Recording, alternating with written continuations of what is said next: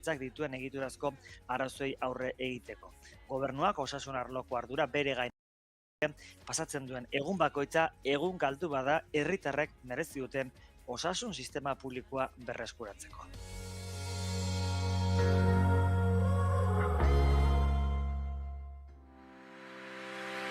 Eusko Jaurlaritzako Kultura eta Hizkuntza Politika Sailak honako tartea eskaintzen dizu.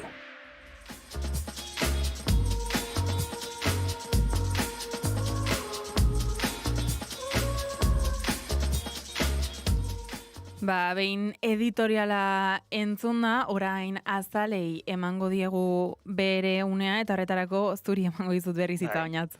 Hori da, aipatu gaurkoan azalean iraia espero moduan atzoko AP8ko istripua dela egunkari guztietan, guztiek argazki bera edo oso antzekoa dute, furgoneta ikusi daiteke txikituta, kamioia iraulita agian, puntu ezberdinetan edota esango dugu plano desberdinak daudela, ikusten da ertzaintzia ikerketa eginez, baina guztiek jasotzen dute albiste hori argazki nagusian, handiagoan edo txikixeagoan, batzuek detalle gehiago ematen dituzte, esaterako Diario de Navarran hildako 5 foruzainen argazki guztia jarri dituzten banan-banan, eta antzeko informazioa ikusiko duzue, batean edo bestean sartzen baldin bazarete, tragedia hitza aipatzen dute batzuek, beste batzuek azken 10 urteetan, Euskal Herrian izandako errepide istripurik larriena dela diote. Hori aipatuta esandakoa, atzokoan batek baino gehiago aipatu eta ordu luzez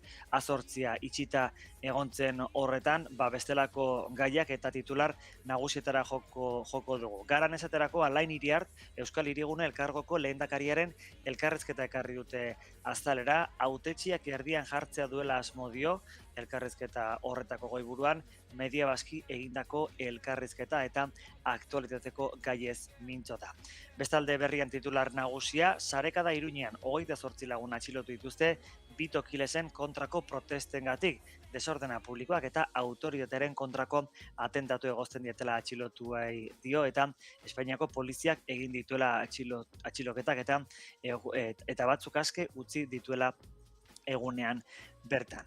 Noticias de Gipuzkoara jotzen badugu, titular nagusiena, Elgoibarko istripu horri aipamena eginez, tragedia dela dio, beraz argazki eta titular nagusia horri eskainia, baina bestalde esaterako Lukas Agirreren hilketaren sententzia dakar, akusaturik nagusiena errudun jo duela deliberatuki hiltzuelako Lukas Agirre. Hori dio Noticias de Gipuzkoa. Diario de Navarran esan bezala, titular nagusia, 5 foruzaingo hoien inguruan da, argazki nagusiaz gain, istripuko argazkiaz gain, 5 foruzain hoien argazkiak izen eta abizenez dakarrelako.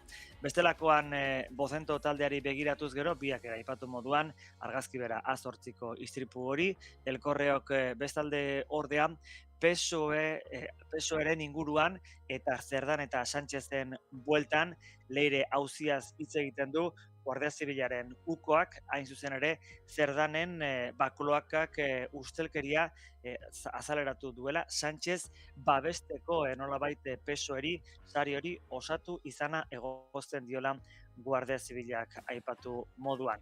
Eta Diario Baskon azkenik, Noticias de Gipuzkoaren titular bera, Elgoibarko istripu horretaz haratago, Lukas Agirreren hilketan, 2 akusatu nagusiak herri epaimaiak erruduntzat jo dituela iraia. Mi esker oinatz, gero arte tertulian izango dugu elkarren berri. Hori da, gero arte. KulturKlik. Badugu musika, antzerkia, dantza. KulturKlik. Badugu zinema, magia, zirkoa. KulturKlik. Badugu literatura, artea, bertsolaritza. KulturKlik. Kultura agenda osoa atari bakar batean. KulturKlik.euskadi.eus. Badugu plana. KulturKlik. Eusko Jaurlaritza, Euskadi berria. Otea Lili irratsaioak ifrentzuaren 2 alde ditu, zorrotza da otea eta Lilia leuna. Pentsamenduaren alderik muturrekoenetara joan nahi dugu. Sega zorrotza pentsamenduaren hausnarketak azalera ekartzeko. Otea Lili saioan, Ritxi Aizpuruk musikariak gonbidatuko ditu astero. Musikaren eta bizitzaren argi ilunetaz hitz egiteko. Ostegunero, arratsaldeko 7:00, Otea Lili, Naiz Irratian.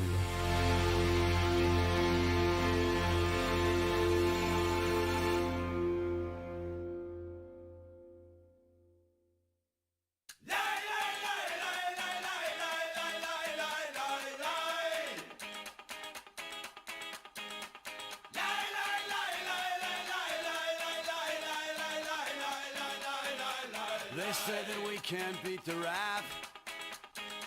Just a couple of rats without a hope and both our heads inside a trap. You wash my hands, I'll scratch your back.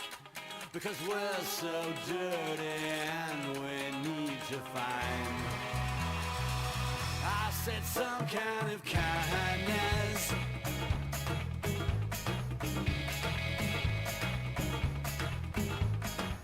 Maybe there just ain't no use in trying. Every one of us is born alone and someday soon we will be dying. But don't you never pay no mind, because when you lie with me I feel that I feel some kind of kindness. You know this is no way for us, ragged and down at the hill. And deep down you know there's gotta be a better life for us than drifting like dust through an hourglass, waiting for our blood to congeal. That's why we're singing.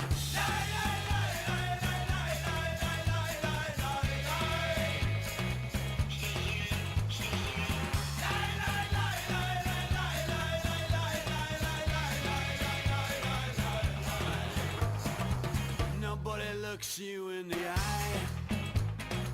Somebody's always got their fingers in somebody else's pie. We may be cheap, but we ain't free. And we're just fighting for the right to know some kind of kindness. We may be deaf, but we ain't dumb. Two more pariahs of the road without a home and on the run. We may be down, but we're not done, 'cause the time will surely come when we will find maybe some kind of kindness. Yeah, this is no place for us, stuck like sick monkeys in a zoo. Yeah, life is short, and there's gotta be a better way for us than sleeping down under the overpass, dreaming that our dreams have come true. That's why we're singing.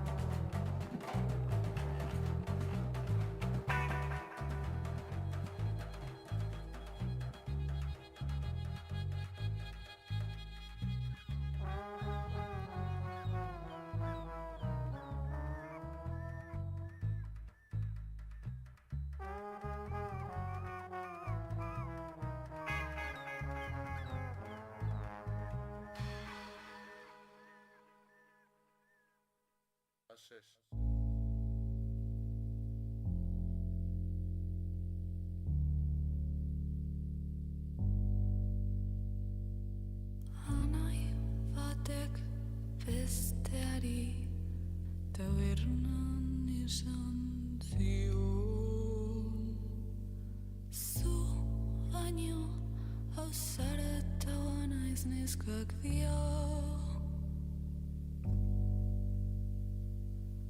Aulkitik altxazen mutia sumindu da. Lepoa utzi zion gorrituta.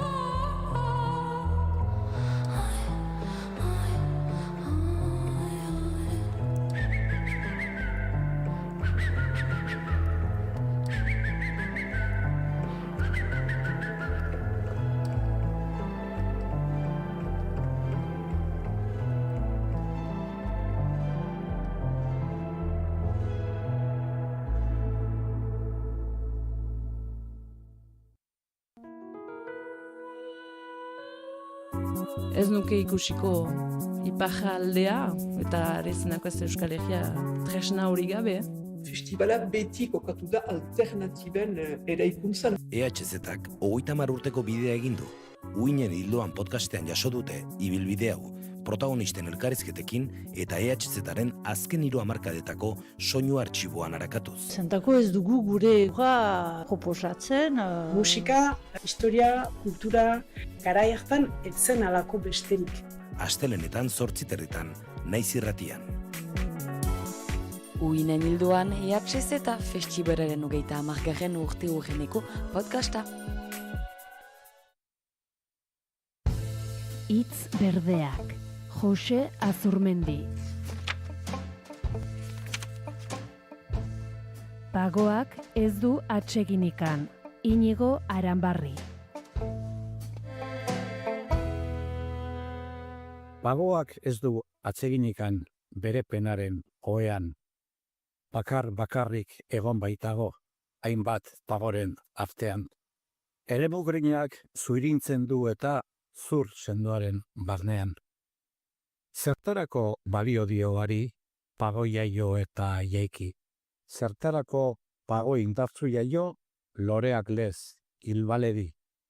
Nahiago luke, nahiago dut, bai, sekula santan ez bizi. Hilbear garratz sentimen honek malkolatzik gertu dio. Osto guztien begiberdetan udaberriko goizero. Alabearra, pagoak duen fedearen argudio. Zuztar minetan bihurritzen du desesperoen betia. Pago sendoak ezin du ulertu heriotzazko zoria.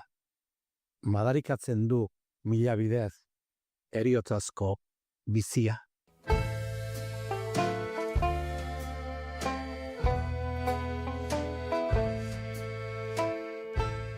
Xuxa argitaletxeak Jose Azurmendiren heriotzaren ostean argitaratutako Hitz berdeak audio liburutik.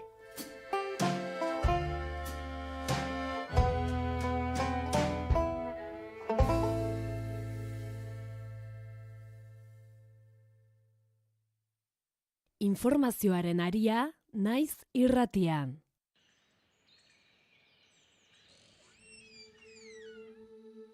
Pausoak ondo zeman, horren txikia zara, aurrera zoaz baldar, zure alboan koldar bat naiz. 7:50 erlojuan eta pixka bat beranduago, baina iritsi da tertuliaren unea, badakizu eguraldi hauek karreterak pixka bat mantxotzen dituzte, baina uste dut nirekin dauzkadala Oñatza Aizpur eta Zaloa Badiola, egunon. Kaixo, egunon. Zer modu zaudete, Zaloazu igual oraindik arnaseztuka, Pixkat. Bai, ez dakit, ordu honetan egia da izaten dela ordua ez mundu guztia lanera doala, eta Malmasineko tunelean autobusak geratu da hor pixkate ez aurrera ez atzera, eta gero Bilbora sartzerakoan ere bai. Horri gehitu behar zaio, Zabalburutik areatzera arte oinez edo erdikorrika etorri naizela. Eguneko ariketa fisiko entzun. Hori da, jazta, eguneko helburua, ez? Populatzen helburua. Hori da.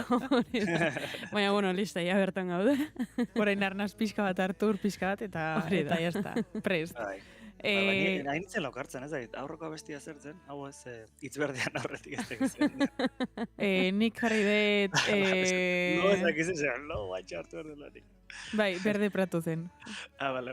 Bai, nik hori gehi hitzberdeak egia da gorputzak egin dira relax moduko bat. Bai, pizkat, baina, jazta, suspertu gara, eta hemendik aurrera ja atope. Bai, nik aipatu nahi nuen gauza bat, iraia, ez da, fijo, zuek, eske nahi sare sozialetan agertu zait azkeneko egunetan horren beste Bad Bunny kontzertua, osea, 20. Nik ja paso egiten dute, Baina, ze pasada, azkenean aldatu dute horre etxe bat zakan, ez? Eta omen hasiera batean, ez? Olako, esango nuke emakume xuri eta elirain eta estereotipatuak ontziela. Baina aldatu da egoera edo ze pasada, zerri pasatu da? Osea, esan du aldatuko dula eta beste, ez? Pixkatan hitza, jarko dula edo. Egia esan, naiz asko enteratu, bai enteratu naiz, etxearekin egon den polemika, hori bai, azkenean Espainia mailako influencer pila bat izan direlako etxe horretan sartu nahian, etxe horren barruan ere, gonbidatu bezala, eta polemika horregatik enteratu naiz, baina ez dakit pentsatu den zerbait aldatzea, egia da, ez dakit nik kontzertuko klip asko ez ditut ikusi, baina etxearen bai iruditu zaidala pixka bat, ez dakit, nazkagarria, horrela pixkat fin geratzeko. Bai, nire bai. Bueno, ikusi dut gaur, ez atzo. Kontzertu egin ditu bat baneko darrian. Indarritu... 12 edo ez ditu? 12. Bai, eta uste 3. edo 4. doala. Bai, 3. eta ikusi dut guztira, bat elkartu bertxu, 1,5 bat lagun. Uste nun euro ez gehiago esan barri. Ez da izan bat izan, 76.000 kontzertuako itzean. Eta gainera beteta. Beteta. Bai, begira, nire lagun bat doa asteburu honetan, kuadrakoa doa asteburu honetan, Madrilera bat bani ikusten, pasan asteburuan galdetu nion kasualidadez, zemat ordaindu duzu kontzertuko sarrerak aitek. Esan zidan, kasi 200 euro esan nio, Jesus, ikusteko ere enuen hori ordaindu. Eta nire buruan egia da, nire eskema mentalean, azedezek merezitu gehiago banek baino. Hori nire gustuen gaitik, baina azedezerako ere pasan urtean aitaketanik ez genuen inondik inora ere hori ordaindu, eta bat banek kasi 200 euro sarrera bakoitzeko. Eta gainera izango ziren 200 euro ikusteko monigote txiki bat, ez, eszenatokian. Bai, gero... Eta gero ere, hori parkatu oinatzek emoztu egin zaitut. Ez da gizte putuetara arte den, askotan hitz egin dugu, ez? FOMOaren inguruan. Bai. 12 kontzertu emango ditu, bat ematera joan behar naiz, bai edo bai mundu guztia doa, argazki kameratxo hori, oparitzen duten argazki kameratxo hori behar dut, nola enaiz joango, jendea kantuak bat bani entzun gabe, kantuak harinago ikasten. Benetan 200 euro dainduko dituzu, ezagutzen ez duzun... dolarretan, $140 batzen du, gero aldakete bako zen. Gutxiena $140 eta garestiena Gutxiena? Bai. Garestiana BIP jartzen du, eta dintzula launch experience BIP, jartzen du €560, oza, pentsetxo etxe hortan, gehi gastua, bestelaro gehi. Ari zaigu pelora. Seronda piko, bai. Bera, ni normalean oso kontzertu zalea naiz, eta normalean horrelako kontzertuek bai ematen didate nahiko FOMO, baina egia esan ez dakit den, egon den polemikagatik edo ikusi ditudan klip guztiengatik, baina Bad Bunnyren kontzertua ematen ari zait zero FOMO. Bai. Kasu honetan bintzat, eta begira niri gustatzen zaidala musika, baina puf. Nire uste klipan ere klip horrek, osea, 20 berriro klip berdinak hartu zaizkit. Bai. Eta horre, aipatu duzu oinatz, €500 sarrerak BIP horiengatik, horren inguruan ere kexa pila bat egon dira, BIP horiek antza denez beharra adina sarrera saldu dituztelako, edo ez dutelako ondo kalkulatu pertsona bakoitzak behar duen segurtasun edo espazio vitala, eta jendea desmaiatuta, mareatuta, ansiedade atake handiekin, eta ez aurrera ez atzera, segurtasunekoi esan, gure alokoa ansiedade atake bat izaten ari da, ezin arnasarik hartu dago, atera ezazu emetik, da erantzuna ezin daiteke irtean. Horrere, ez dakite, iraiazuk ere ikusi dituzun bideo horiek. Ikusi dut, baina nik Donostiako redakzioan.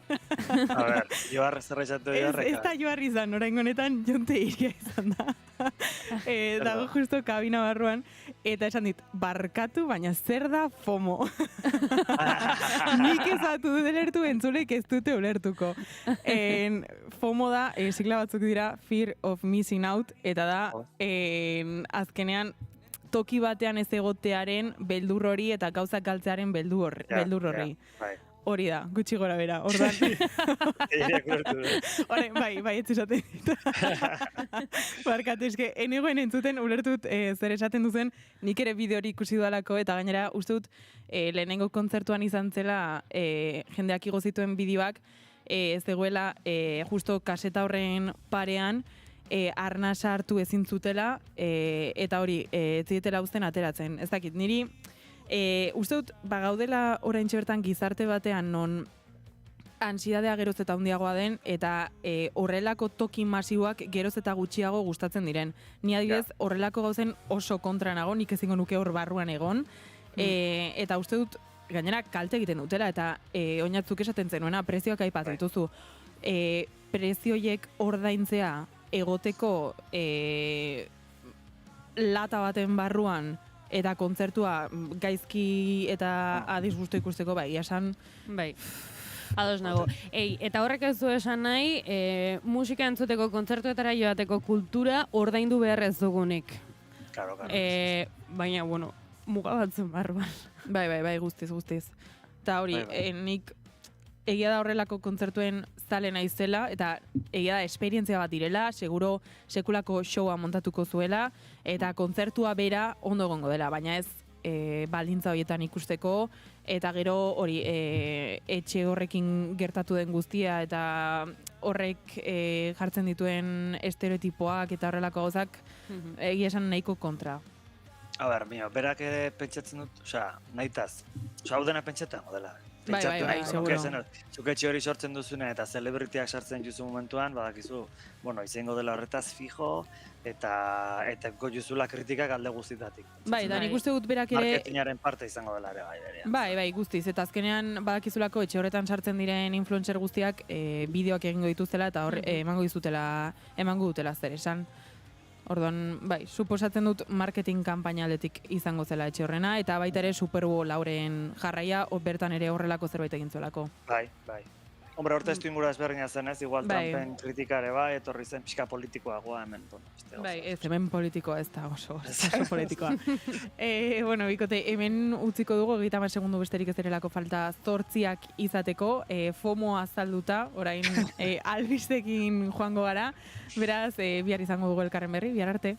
Bihar arte. Agur.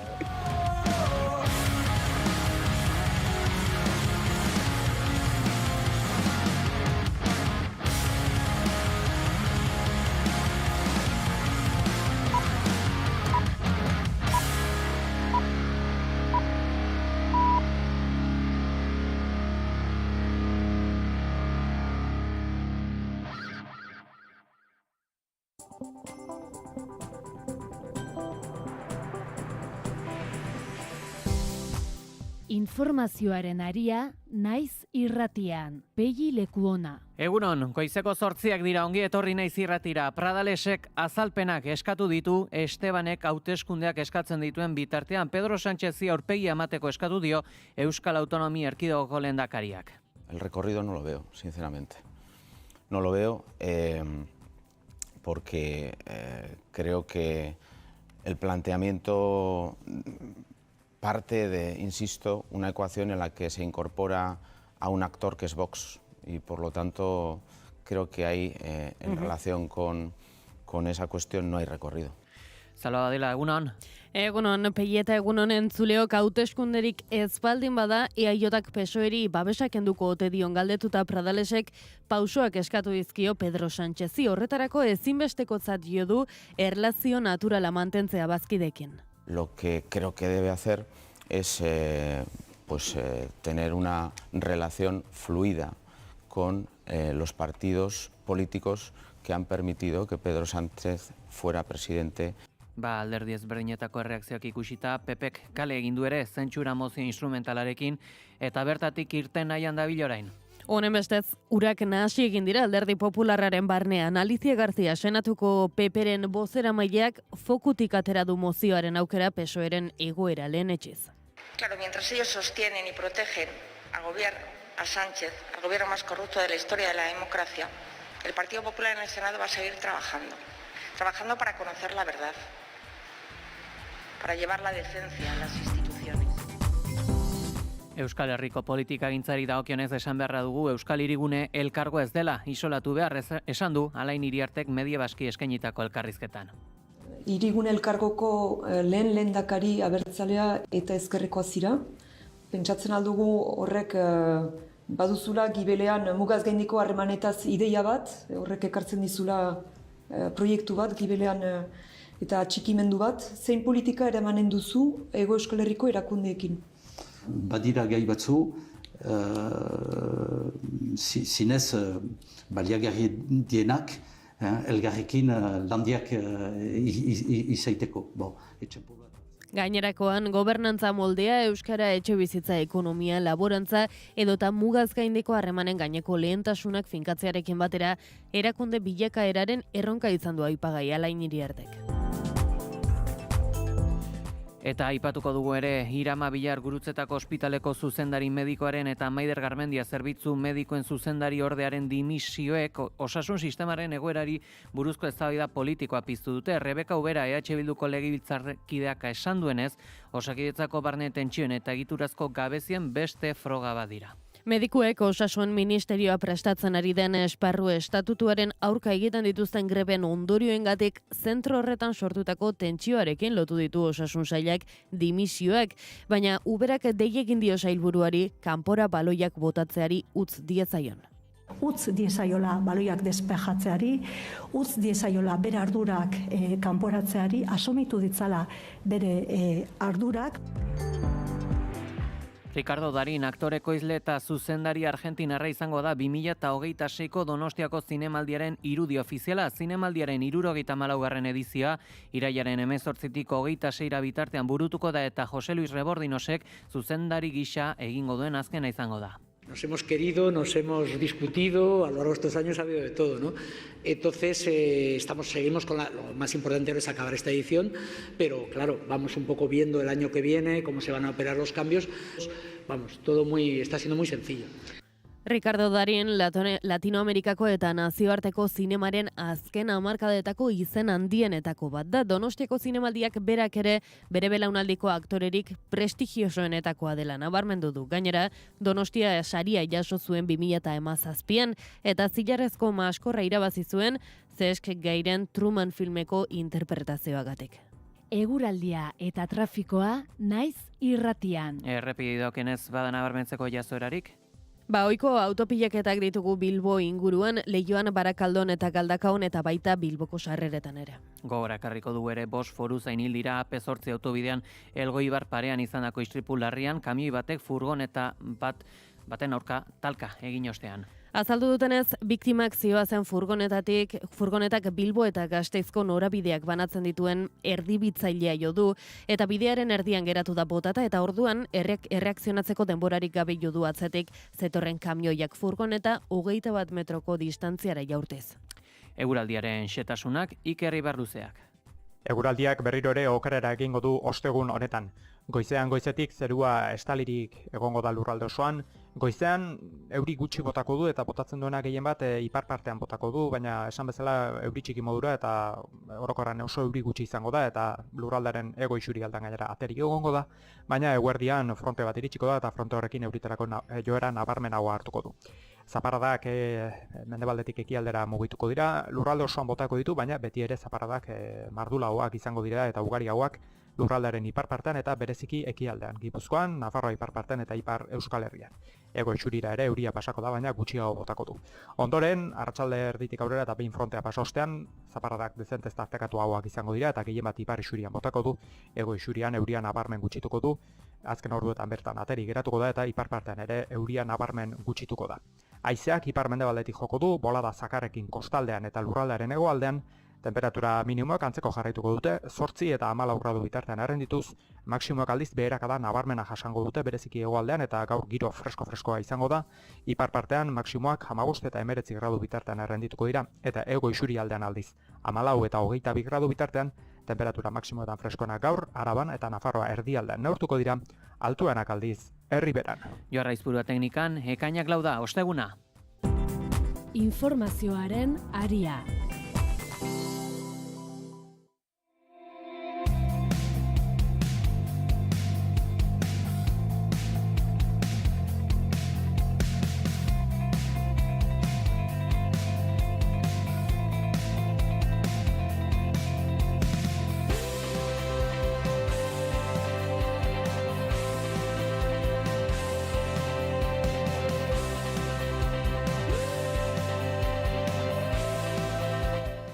Aitor Estebanek hauteskundeak eskatu ditu eta Imanol Pradalesek azalpenak zein erlazio naturala. Euskal Autonomia Erkidegoko lehendakariak aurpegi emate eskatu dio Pedro Sánchezi. EAJaren bizefaliak bereizgarriak ekarri ditu egun Espainiar estatuak duen gobernagarritasun egoeran. Aitor Estebanek EAJaren izenean 2026 urtean hauteskundeak burutzea eskatu du. Legegintzaldia geldituta dago. Ez dago aurrekontua ateratzerik, ez dago politika egiterik. Euskadi Burubatzarreko buruak arduragabekeria terminoa baliatu du ere gaur egungo legegintzaldia mantentzeaz. Imanol Pradalesi honetaz galdetu diote TV3en eskainetako elkarrizketa batean. Euskal Autonomia Erkidegoko lehendakaria apalagoa izan da, Sánchezi aurpegia ematea eskatu dio. Y dependerá en gran medida del propio presidente Sánchez el cómo se pueda resolver esta cuestión. Creo que es muy importante que el presidente del gobierno español dé explicaciones, sea transparente. Creo que es muy importante que dé la cara, por lo tanto, en las próximas. Lehendakariak gogora ekarri du Espainiar gobernuak aurrekonturik gabe jarraitzen duela 2023 urtetik. Testuinguru horretan elkarrizketan jarraitu behar duela azpimarratu du Pradalesek. Me toca seguir manteniendo el diálogo y la negociación con el gobierno español, porque tenemos carpetas abiertas de negociación y nosotros tenemos que seguir intentando dar pasos, ¿no? Hauteskunderik ez baldin bada EAJak PSOEri babesa kendukote dion galdetuta Pradalesek pausoak eskatu dizkio Pedro Sánchezi eta horretarako ezinbestekotzat jo du erlazio naturala mantentzea bazkidekin. Lo que creo que debe hacer es tener una relación fluida con los partidos políticos que han permitido que Pedro Sánchez fuera presidente. Bain zuzen, Pedro Sánchez berak iragarri du 2027 urterako aurrekontuak aurkeztuko dituela aurtengoei uko eginez. El Gobierno va a iniciar los trámites para presentar y aprobar los nuevos presupuestos generales del Estado para el año 2027. Zerkle de ekonomiaren urteko jardunaldien itxiera ekitaldian 2027 urteko aurrekontu anbiziotsuak sozialagoak eta ikuspuntu fiskaletik arduratsuagoak izango direla iragarri du. Beste kontu bat da, ea behar beste babes izango ote duen. Bain zuzen, Núñez Feijóok iragarritako zentsura mozio instrumentalari dagokionez, Pradalesek ibilbide laburra ikusten du eskimenean, Voxen presentziare lerrogorritzat jo duelako. Hala ere, TV3eko elkarrizketatzaileak gogora ekarri dio bere alderdiak akordioak izan dituela jada alderdi popularrarekin. Lehendakariak erantzun dio, EAJ zein bere izgarri direla Voxekin izan ezik, gainontzeko guztientzat bideak zabalik izatea. El liderazgo del Partido Nacionalista Vasco se explica por muchos factores. También por su capacidad de interlocución a todas las bandas y con todos los colores políticos. Baione Belarrak aldiz bertan bera utzi du Pedro Sánchezen aurkako zentsura mozio aukera. Radio Euskadin esan du PSOEren soluzioa ez dela handiagoa den PPren ustelkeria.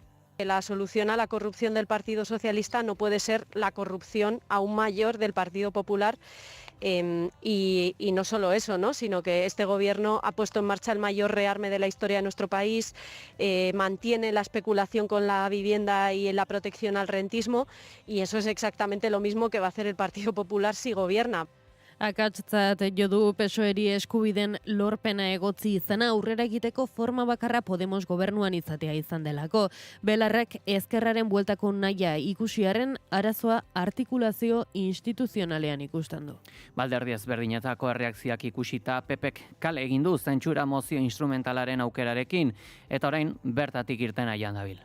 Alberto Núñez Feijóok EAJ eta Juntzi eginiko proposamenak ez du esperotako babesa jaso. Halako egoera batean Vox ez lukeela gobernuan egon behar aldarrikatu du, baina Juntzek Waterloora bidali du Carles Puigdemontekin negoziatzera. Honen bestez, urak nagasi egin dira alderdi popularraren barnean. Alicia García senatuko PPren bozeramaileak fokutik atera du aukera PSOEren egoera lehenetsiz.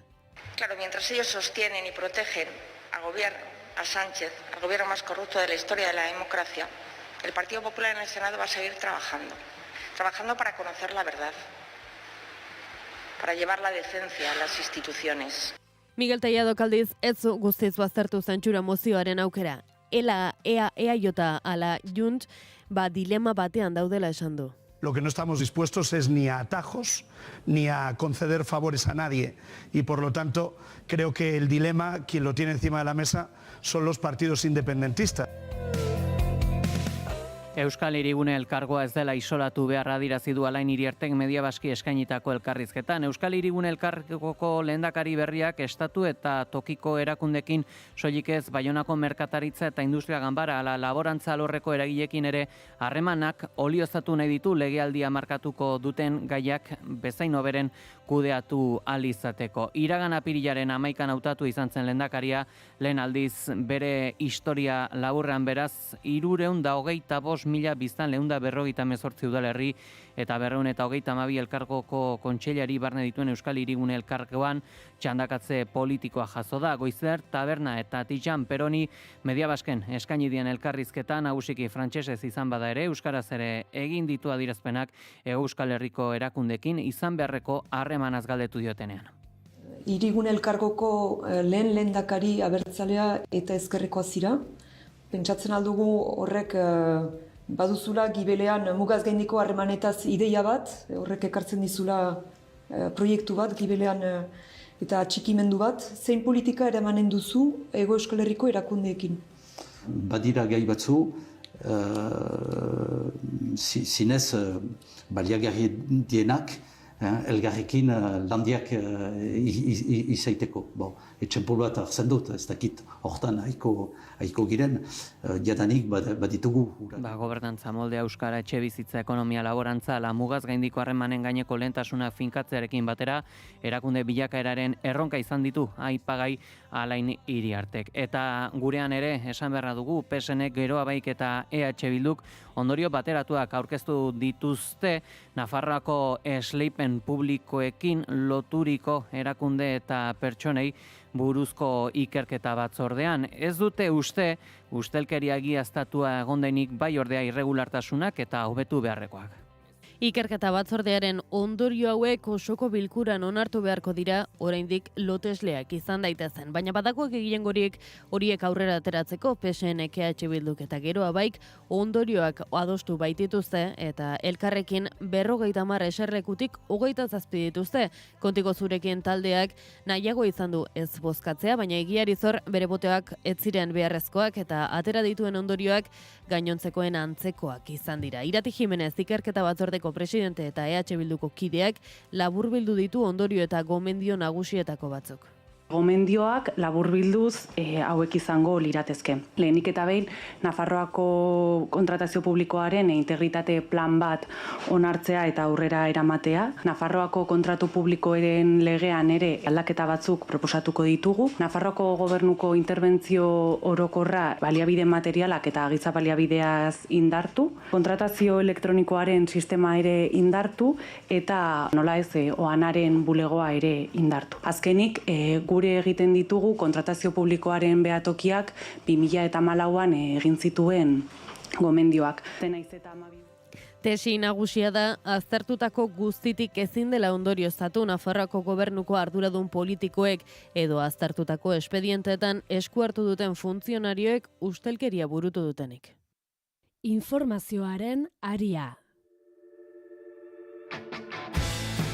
Goizeko 8:06 bagoaz nazioartera izan ere, Iranek Kuwait erasotu du Ameriketako Estatu Batuen aurkako lezio gisa hildako bat eta 63 zauritu izan dira Kuwaiteko aireportu baten aurkako drone erasoan. Kuwaiteko atzerri ministeritzak irungo negoziazioen arduraduna deitu eta enbaxadako bilagun pertsona non grata izendatu ditu herrialdea uzteko 24 ordu emanaz. Erasoaren egiletza bere gain hartu du Irango guardia iraultzaileak. Ameriketako Estatu Batuek petrolio ontzi irandar bat zein kesek irlako telekomunikazio baten aurka egindako erasoi erantzuteko lezioa izan dela esan dute. Halaber, Ali Al-Shalem konpainiari Ameriketako Estatu Batuetako tropa eta helikopteroak jaso izana egotzi diote, Bahreini berriz Ameriketako Estatu Batuetako 5. ontzidiaren kuartel nagusia mantentzea Golkoko bi monarkia hauek zuzeneko erantzukizuna dutela esan dute. Donald Trumpek garaipen gisa saldu nahi du heltzea omen den akordioa, tekeranek arma nuklearrak ez garatzea onartu duela aldarrikatu du. I think we're going to be in very good shape. We're in good shape right now. We have the blockade, which is amazing. Our Navy is great. We have the strongest military in the world. Ez du baztertu Irango portuen blokeoa irailak 7 bitarte mantentzeko aukera. Hala ere magnateak honetarako aukera gutxi ikusi du azaroak 3 legegintzaldi arteko hauteskundeak daudelako. Trump denboraren aurkadoa, ez ordea Benjamin Netanyahurentzat, Trumpek baieztatu du biziki eroa dagoela esan ziola. I did. I wouldn't say angry. I was a little bit perturbed at his constantly fighting with Lebanon. You know, at some point there should be accept this. Netanyahuk pixua kendu dio Donald Trumpekin izandako talkari, esan du familia oberenetan bezala batzuetan desakordioak izaten dirala. Hitzakitz, baina Israelgo estatu nagusiaren buruak baieztatu du ez dagoela suetenik beraien tropentzat. Horiek ala esango du ere mugari gabeko medikuek gobernuzkanpoko erakundeak Ameriketako Estatu Batuek Gazara bidalitako Gaza Humanitarian Foundation taldeko kontraktoreak eragindako zaurituak artatzen jarraitzen du. Laguntza humanitarioa banatu berzuten militarroi eta mertzenarioen taldearen biktimek biziosoko lesioak eta trauma sakonak dauzkatela esan dute. Mugari gabeko medikuek gobernuzkanpoko erakundeak 2000 hildako eta 4.000 zauritu kontatu ditu. Esan dute ere, mertzenarioek aurrei bularrean tiro egiten zietela zuzenean, jakien eske zeuden bitartean eta zanpatu ala itotako pertsonak ere egon zirela ekarri dute gogora.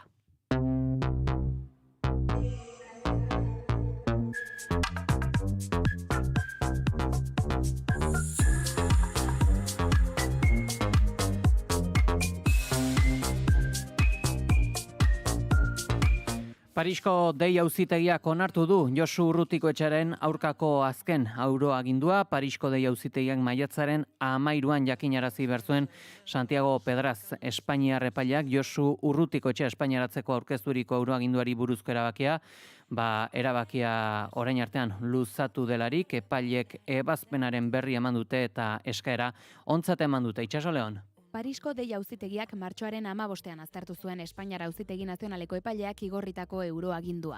Josu Urrutikoetxea jadaneko 2011 eta 2013 urteetan epaitua izan zen, eta eskaera denbora tarte horretan sartzen zen argitzeko informazio gehiago eskatu zuten, bai defentsak baita fiskaltzak ere. Urrutikoetxearen abokatuek beste hainbat ohar egin zituzten audientzia horretan, besteak beste Urrutikoetxearen adina eta osasun egoera aintzat hartzea galdeginez. Maiatzaren 13an erabakia atzeratzea erabaki zuen auzitegiak, asteazken honetan ordea ebazpenaren berri eman du. Urrutikoetxearen aurka aurkezturiko euroagindua aintzat hartu du Madrilgo Auzitegi Nazionalera informazio gehiago galdetzeko eskaera alboratuz. Ebazpenaren nondik norakoak ezagutu bitartean, Urrutikoetxearen defentsak argi utzi du etaren militante historikoaren egoera ez dela gaur-gaurkoz bederen aldatuko. Frantziar estatuan zabalik duen prozedura amaitu arte ezin dute estatu espainiarrera bidali. Eta poliziak 20 atxiloketa baino gehiago burutu ditu asteazken honetan Iruñan, urrian, Bito Kiles asaldatzaile faxistari zabuzturiko agerraldiaren ostean hirian izandako istiluekin lotuta. Naitzek baieztatu ahal izan duenez, gutxienez 28 pertsona atxilotu dituzte, gehienak desordena publikoak egotzita, baina dozena bat atxiloturi agintaritzaren aurkako atentatua ere egotzi diete. Txintxilla kaleko poliziaren komisaldegira eraman ostean aske utzi dituzte, desordena publikoagatik atxilotu dituztenak, agintaritzaren aurkako atentatua egotzi dietenak berriz, atxilotuta gelditu dira egunean zehar epaiaren aurretik pasatzeko zain. Kilesek Nafarroako Unibertsitatera bisita bat programatu zuen, bere kanpaina ultraren barruan, baina herriaren antolaketa eta gaitzespenak zapuztu zuen. Hau Kilesek berak iragarri zuen sare sozialen bidez, hitzordua bertan bera geratu zela eta horretarako hainbat argudio eman zituen tartean, poliziak amasei aizto eta labana atzeman zituela esan ziola, Bilbotik zetozen 2 autobusi Iruñan egindako ausazko erregistro batean, poliziak gezurtatu egin zuen ostera informazio hori. Hitzorduaren aurrean hainbat taldek protesta deitu zuten, fasismoaren aurrean kaleak hartu lelopean eta horren testu inguruan polizia karga batzuk izan ziren eta edukiontziak gurutzatu ziren errepidean. Espainiako poliziak gas negarreragileak eta gomazko jaurtigailuak erabili zuen antifasistak sakabanatzeko eta gainera hainbat zauritu eta 2 atxiloketa izan ziren asteazken honetan izandakoei gehituta. Informazioaren aria. Arabako kultura diputatuak esango duenari aurreratuz, Elkorreok aurreratu du Bernedoko kanpalekuak debekatu dituztela. Aldundiak ez du hori baieztatu eta Euskal Udalekuek iragarri dute guztiaren kargu egingo direla. 200 familia eman dute izenaia da. Elkorreok azken orduetan publikatu duenez, Sarria Euskal Udaleku elkarteak Bernedon egiten duen udalekuak debekatu ditu Arabako Aldundiak.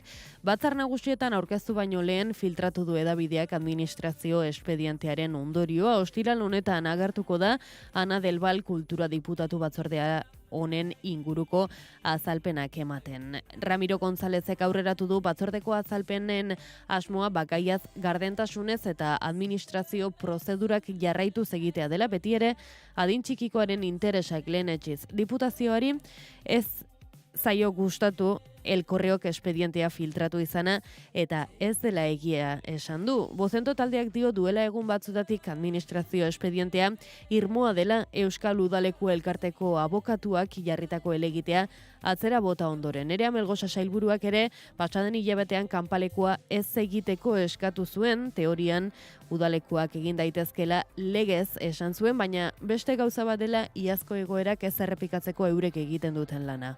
21 familik jarri zuten salaketa iaz, besteak beste adin txikikoak dutxa mistoetan sartzeagatik zurrunbilo handia sortu zen eta dena nahasteko interesa zenbaitzuren partetik. Ofizialki Arabako Aldundiek aldundiak zer esango zuen zain Euskal Udalekuek iragarri du kanpalekua bere gain hartuko duela eta 2001 familiek izena eman dutela. eta berriz eraso matxistagatik Xenpelar Bertso Eskolan izandako salaketen arira eskura duen informazio guztia Ertzaintzaren eta adin txikikoen fiskaltzaren esku utzi du Errenteriako udalak. Aizpeotagi alkateak Gipuzkoako Aldundiko ordezkariekin eta Emakunderekin bildu da asteazken honetan egoera aztertzeko. Ertzaintzari eta adin txikikoen fiskaltzari bidalitako informazioa pasaden astean Errenteriako udalak pasaden ostiralean jasotako errekerimendu baten ondoriozkoa izan da. Prozesu osoan garden jokatu izana berretsi du Euskal Herria Bilduko Aizpea Otaegi buru duen udalak ohar bidez eta maiatza hasieran Bertso Eskolaren inguruan izan ziren salaketen berri jakin zuenean gai delikatu eta larria izan da hainbat neurri hartu zituela gogorarazi du. Batetik, ikasleen gurasoekin bildu ziren gertatutakoaren berri modu zuzenean izateko auziak agertuki publikora jauziekin aurretik. Eta bestetik, Bertso Eskolaren jarduna bertan bera utzi eta hainbat bilera egin dira Ertzaintzarekin biktimen beraien beharrak kontuan hartuta salaketak nola egin lantzeko. Biktimak ahaztu, azpiratu, eta etekin politiko ateratzeko naia nola gailendu den ikustea, bereziki gogorra zait. Otaegik berak agerraldia egin zuen pasaden astelenean, gai honen inguruan egin den erabilera politikoa salatzeko Alderdi Popularrak eta PSek gai hau eta Kukaiko zuzendari Jon Maiari egotzitako erasoak udalbatzara eraman baitzituzten biktimek eskatutako pribatutasunari muzin egina. Errenteriako udalak Gipuzkoako Aldundiarekin eta Emakunderekin bildu da, informazioa partekatu, gertaeren berri eman eta egindako pausuen inguruko lehen balorazio bat egiteko. Bilkura horretan, Aldundiak adirazi duenez, presta agertu da udalari eta familiei dauden baliabideak beraien esku jartzeko, bai eta biktimen eta haien inguruaren babesa eta ongizatea bermatzeko beharrezkoak diren neurri guztiak aktibatzeko ere. Bestalde, adingabeen babesaren arloan dituen eskumenei helduz, adirazi du lehentasuna dela biktimen eta haien ingurunearen ongizatea bermatzea, bai eta garatzen diren jarduerak babes, laguntza eta arreta egokiaren printzipioetara egokitzen direla ziurtatzea ere. Salburuko Harrera sareak Malitik datozen asilo eskatzailei gaua igarotzeko espazio berriak jartzea lortu du. Joan den asteburura bitarte 40 lagun zeuden Gasteizko auzo horretako elizetan lotan. Burdinbide auzoko elkartearekin lankidetzan asteazken goizero instalakuntzak lagatzea erabaki da. Asiloaren kudeaketaren eskumena duten gizarterakundek Maliko lagunei zuzeneko arreta eskaini ahal izateko. Beste behin ere, herri mugimendua izan dela aurrera pausoa eman duena esan dute egoerak hala eskatzen zuelari. Gasteizko kolektiboen atea jo dutela eta erantzuna berehalako izan dela esan dute Zaraiko kideek.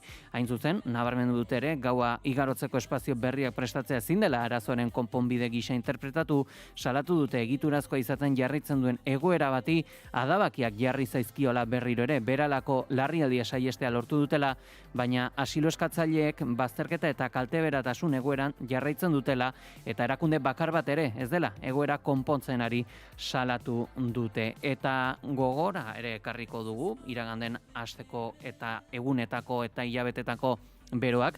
Hain zuzen, maiatzen 31 lagun hil ziren Hego Euskal Herrian beroaren ondorioz, ekainean jada 4, estatuko hilkortasunaren monitorizazio sistemak azaleratu ditu datuok eta agerian utzi dute beroa geroz eta goizeago hasteak ondorio larriak dakartzala. Maiatzean hildako 31 pertsonatatik 26 Bizkaian zendu ziren eta 5 Gipuzkoan. Ekainean jada pertsona bat zendu da Gipuzkoan eta 3 Bizkaian. Araban eta Nafarroan ez da hilabete hauetan beroa dela eta inor hildenik erregistratu. Espainiar Osasun Ministerioaren arabera hildako gehienak andrazkoak dira eta 2015 ona heriotz gehien erregistratu direna maiatza izan da urtengoa. Estatu osoan 101 izan dira beroaren ondorio hildakoak maiatzean zehar, gehienak penintsulako iparraldean. Asturias, en Galicia, en el País Vasco, zonas menos adaptadas y sobre todo mujeres mayores. Ha multiplicado casi por 3 la media de la década. Hector Tejero Osasun Ministerioko Osasun eta Klima aldaketarako arduradunak nabarmendu duenez, penintsularen iparraldean beroarekiko egokitzapena txikiagoa da eta horren ondorioz pilatu dira heriotzak gehienak bertan. Zehaztu du era berean, emakumeak izan direla hildako gehienak. Gipuzkoan eta Bizkaian hildako 31 lagunei, Asturiasen hildako 39 gehitu altzaizki edota Galizian hildiren beste 18. Eta Irama Bilar, Gurutzetako ospitaleko zuzendari medikoaren eta Maider Garmendia zerbitzu medikoen zuzendari ordearen dimisioek osasun sistemaren egoerari buruzko eztabaida politikoa piztu dute berriro ere. Rebeka Ubera EH Bilduko legebiltzarkideak azaldu denez, Osakidetzako barne tentsioen eta egiturazko gabezien beste froga badira. Medikuek osasun ministerioa prestatzen ari den esparru estatutuaren aurka egiten dituzten greben ondorioengatik zentro horretan sortutako tentsioarekin lotu ditu osasun sailak dimisioak, baina Uberak dei egin dio sailburuari kanpora baloiak botatzeari utz diezaion. Utz diezaiola baloiak despejatzeari, utz diezaiola bere ardurak kanporatzeari, asumitu ditzala bere ardurak. Hildo horretan adierazi du Alberto Martínez medikuen greba erabiltzen ari dela bere sailaren eta Osakidetzaren erantzukizunak ezkutatzen saiatzeko. Era berean gogorarazi du eskumen ugari autonomienak direla. Lanaldiei dagozkien aldarrikapenak, jardunaldienak, guardienak. Eta nabarmendu du osasun sailari dagokiola sindikatuekin hitz egitera esertzea, negoziatzea eta adostea. Hala, Nafarroako gobernuaren adibidea jarri du, gai honetan dagoeneko esku hartu duela eta langileekin jarrerak hurbildu dituela esanez. Eta aipatuko du ere Caritasek iaz Bizkaian eta Gipuzkoan egindako ekintzen balantze egin du. Honela, bi euskal herrialde hauetan 22.000 lagun hartatu dituzte 2025 urtean, gehienak gazteak, migranteak, emakumeak eta ume txikiak dituzten familia desegituratuak. Bizkaian 11.600 bat lagundu zituen pasaden urtean Caritasek, Gipuzkoan 10.000-tik gora lagundutakoen erdia baino gehiago emakumezkoak izan dira. Caritasek langileak ditu eta bolondresak esaterako 1.800 bat pertsona aritzen dira bolondres moduan Bizkaian. Gipuzkoan txirotasunean edota gizarte bazterkerian dauden gehienak kanpotik gurera etorri eta ume txikiak dituzten familia gazteak dira. Nabarmentzakoa da 2024tik 2025 jende gutxiago lagundu duela Caritasek Gipuzkoan, eta hori erakunde publikoek euren laguntza sarea handitu eta bizitzeko gutxieneko errenta ezarri izanak eragin duela hein handi batean. Informazioaren aria.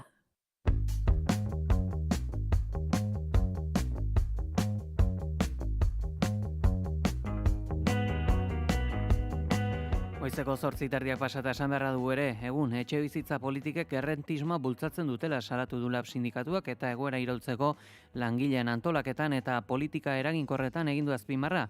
Etxe bizitzaren eremuan egindako ekintza sindikalari buruzko txosten aurkeztu dute.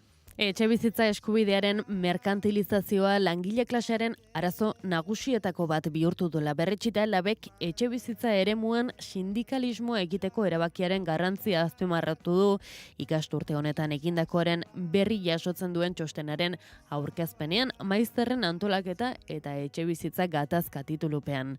Sindikatu abertzaleak ondorio nagusi bat jarri du mahai gainean. Etxe bizitza eskubidea ez da bermatzen Euskal Herrian eta horretarako politika publikorik egin ez delako eta salatu du etxe bizitzak duen funtzio soziala alboratu eta merkatuaren esku utzi dela.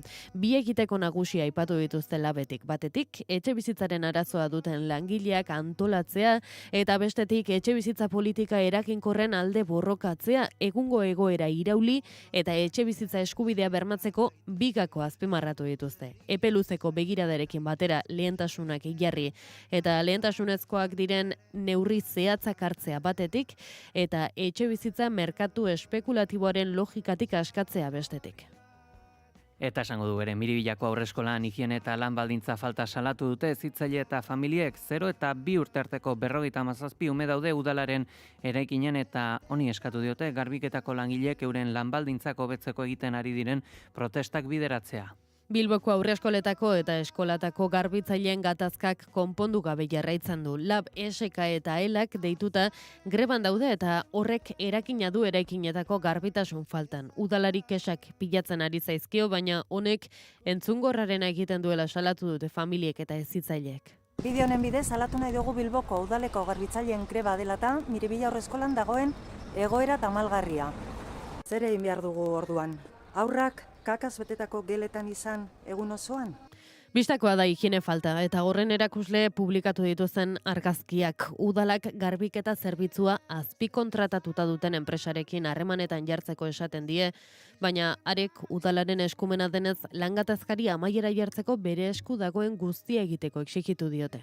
Eta Siden horreko presidentea Jose Antonio Jainagak ingurumen zerbitzuen sektoreen barneratzearen aldeko apustua egin du. Mirai Investments inbertsio funtsaren bitartez egin du, Derioko Afesa Medio Ambiente eta Jundizeko Eskavaziones Mendiola erosita. Maniobra horren bidez, 100 milioi euro inguru fakturatu nahi ditu 2026an jarduera eremu berri baten ingurumen zerbitzuek eta ekonomia zirkularra industria astunarentzat, energiaren sektorearentzat eta eraikuntzarentzat inbertsio funts horrek ohar baten azaldu duenez. Afesa eraispenetan, hondakinen kudeaketan eta lurzoruen tratamenduan espezializatuta dago 2025ean 65 milioi euroko fakturazioa izan zuen eta 1.190 pertsonako lan taldea du. Derion du egoitza eta beste bi lantoki ditu Lantanon eta Villanublan. Bestalde, induzketetan, lur mugimenduetan eta eraikuntza eta eraispen hondakinen kudeaketan espezializatutako eskabaziones Mendiolak 14 milioi euro fakturatu zituen 2025ean, Jundiz industrialdean dago Gasteizen eta 95 pertsonak egiten dute lan bertan. Hego Euskal Herrian eta eskualde mugakideetan jarduten du besteak beste abiadura handiko trenaren obretan. Informazioaren aria.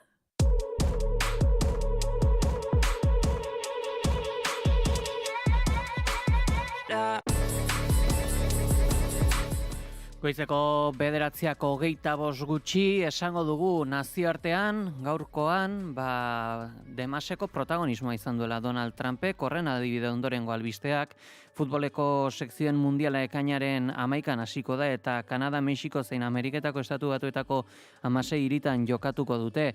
Ameriketako estatu batuetan zehazki, 11 zelaitan jokatuko dira partidak, Mexikon 3 eta Kanadan 2 estadiotan. FIFAk milioitako irabaziak izango ditu eta etxe zurian izan da Gianni Infantino Trumpekin batera.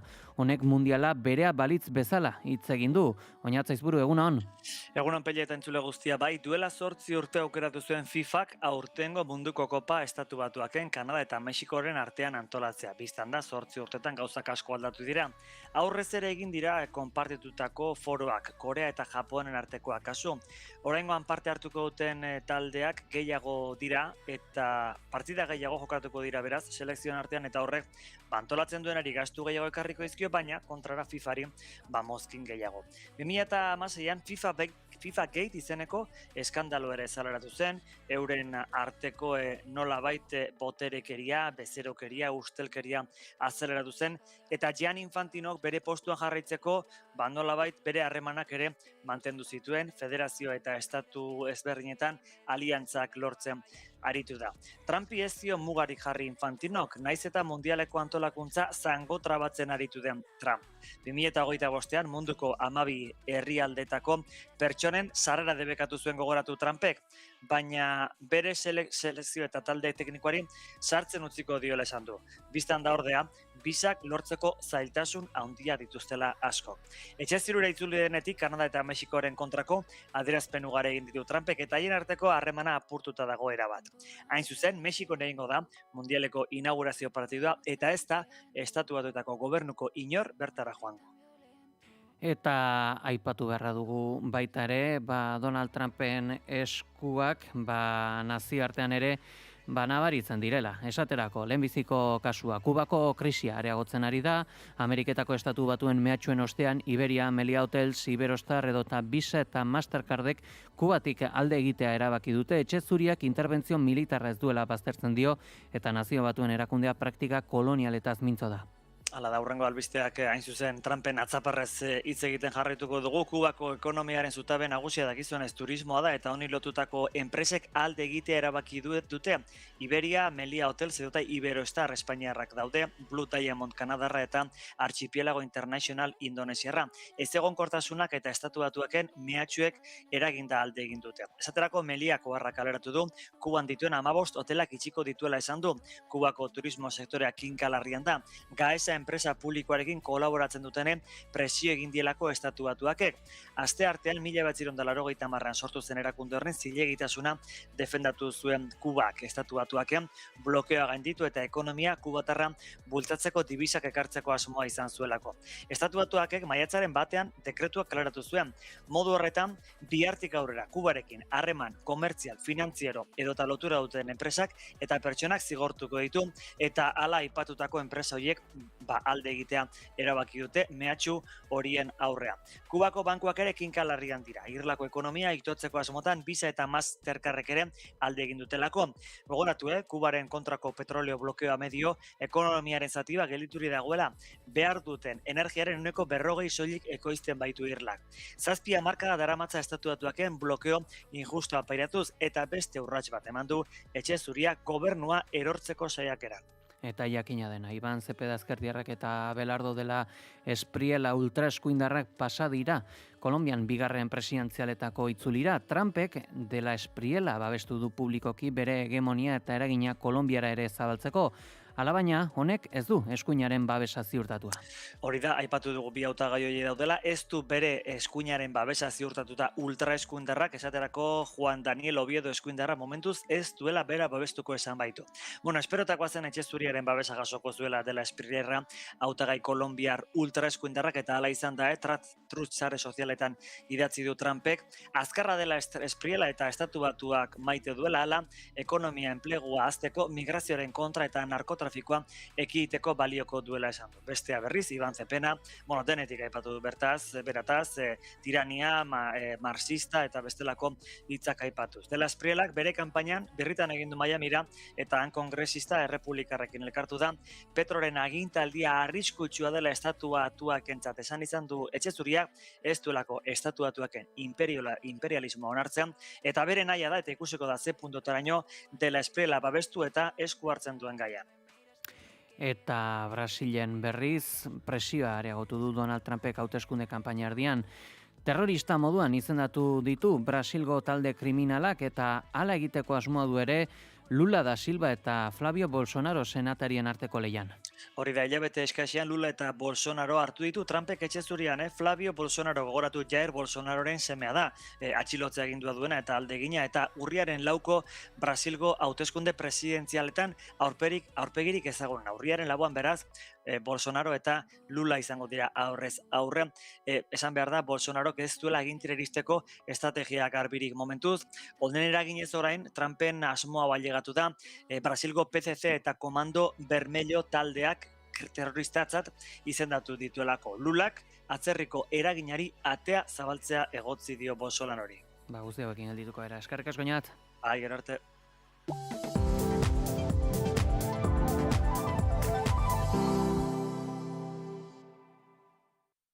Trenean bazoaz, ondo zoaz, tramian mugituta ondo zoaz, zutopoan beti ondo zoaz, metroarekin ondo ta denboraz. Euskadi ondo mugitzen da. Aurrera egiten dugu jasangarria, kalitatezkoa eta irisgarria den garraio publiko batekin. Ondo mugitzen zara. Eusko Jaurlaritza, Euskadi berria.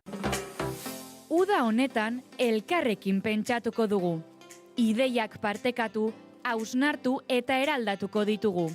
UIKA Euskal Herriko Unibertsitateko uda ikastaroak ikasteko, eztabaidatzeko eta mundua beste ikuspegi batetik begiratzeko topagune dira. Sartu uika.eusen eta bizi uda ikastaroak.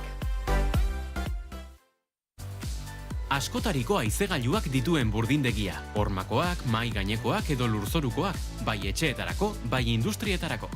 Alkain Hondarribia eta Alkain Astigarraga. Erantzunik profesionalena aireztapen konponbideetan eta iturdindegian, laneko arropan, pinturan. Bai, Alkainen! Informazioaren aria, naiz irratian.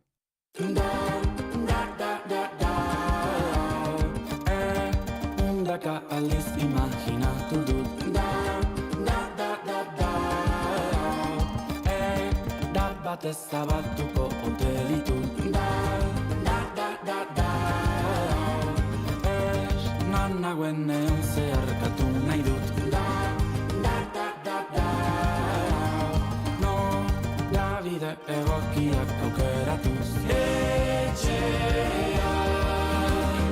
itxaron nazazu, denez da itzuliko errepidean, segi bitartean. Etxean itxaron nazazu, denez da itzuliko errepidean, segi bitartean. Da, da, da, da. Ez heldu eskutik enazazu lotu. Da, da, da, da, da. Ganoa eta ezin du lurreratu. Da, da, da, da, da. Esan nahi ditudanak ezin topatu. Da, da, da, da, da. Oraindik barrenak ez ditu sendatu. Etxean itxaron nazazu, denez da itzuliko errepidean, segi bitartean. Etxean itxaron nazazu, denez da itzuliko errepidean, segi bitartean.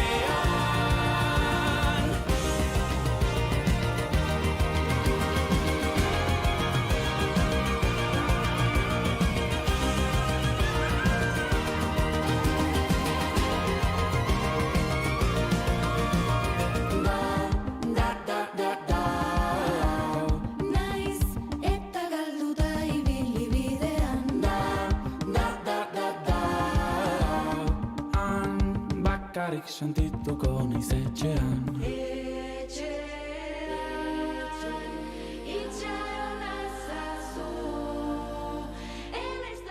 Informazioaren aria, naiz irratian. Goizeko 9:04 gutxi heldu zaigu analisi mailaren tenorea eta goiz honetan naiz eta garako kiden txanda da. Hemen da Iraia Oiarzabal, egunon. Egunon. Baina akaso zuzendu eta esango dugu, naiz gara eta zazpikako kiden txanda, estreinekoz dugulako analisi mailetan Ariane Kamio lankideare, egunon. Egunon, Pegi. Ongi etorri naiz irratiko analisi Eskerrik asko. mailetara. Zer Eskerrik asko. moduz? Ondo. Azteko gogotxu, baina, bueno, poliki joango gara. Oso ondo, Ariane zer moduz? Iraia. Ui, Iraia bat. Ongi. Oso ondo, Ikasturte bukaera igartzen. Bai, igartzen da, ja gutxi falta da, segituan aldatuko dira giroak, baina tinko hemen, eutxiko dugu azken analisi mailetan, eta esango dugu, egun, etxe bizitza politikek errentismoa bultzatzen dutela salatu du LAB sindikatuak eta egoera iraultzeko langileen antolaketan eta politika eraginkorretan egin du azpimarra. Etxe bizitzaren eremuan egindako ekintza sindikalari buruzko txosten aurkeztu dute. Sindikatu abertzaleak ondorio nagusi bat jarri du mahai gainean, etxebizitza eskubidea ez da bermatzen Euskal Herrian. Horretarako politika publikorik egin ez delako eta salatu du etxebizitzak duen funtzio soziala alboratu eta merkatuaren esku utzi dela. Bi egiteko nagusia aipatu dituzte labetik. Batetik, etxebizitzarekin arazoa duten langileak antolatzea eta bestetik etxebizitza politika eraginkorren alde borrokatzea, egungo egoera irauli eta etxebizitza eskubidea bermatzeko bigako azpimarratu dituzte gainera. Epe luzeko begiradarekin batera lehentasunak jarri eta lehentasunezkoak diren neurri zehatzak hartzea batetik eta etxebizitza merkatu espekulatiboaren logikatik askatzea bestetik. Dinamika honetan sakontzeko telefonaren bestaldean da Endika Perez LAB sindikatuko ekintza sozialaren arduraduna. Egunon? Egunon, bai. Sindikatuak etxebizitzan duen jardunaren berri eman du. Sindikatu bat askotan ere ez da lotzen etxebizitzarekin. LAB sindikatuak berriz esparru honetan ere kokatu du burua. Nolakoa izan da prozesu eta zeintzuk dira helburuak? Bai, egia da, ez? Da justu agian horregaitik batzo informe edo txostena azaltzea. Eta egia da, labek beti bere oinarrietatik sindikalismo soziopolitikoa aldarrikatu izan du, kontrabote sindikalismoa, eta horrekin handi batean eraman gaitu urteetan zehar, hainbat gogoeta egitera, sindikalismo horren erabilgarritasunaren inguruan, eta tresna eraginkor bezala langile guztientzako etxe izan dadin.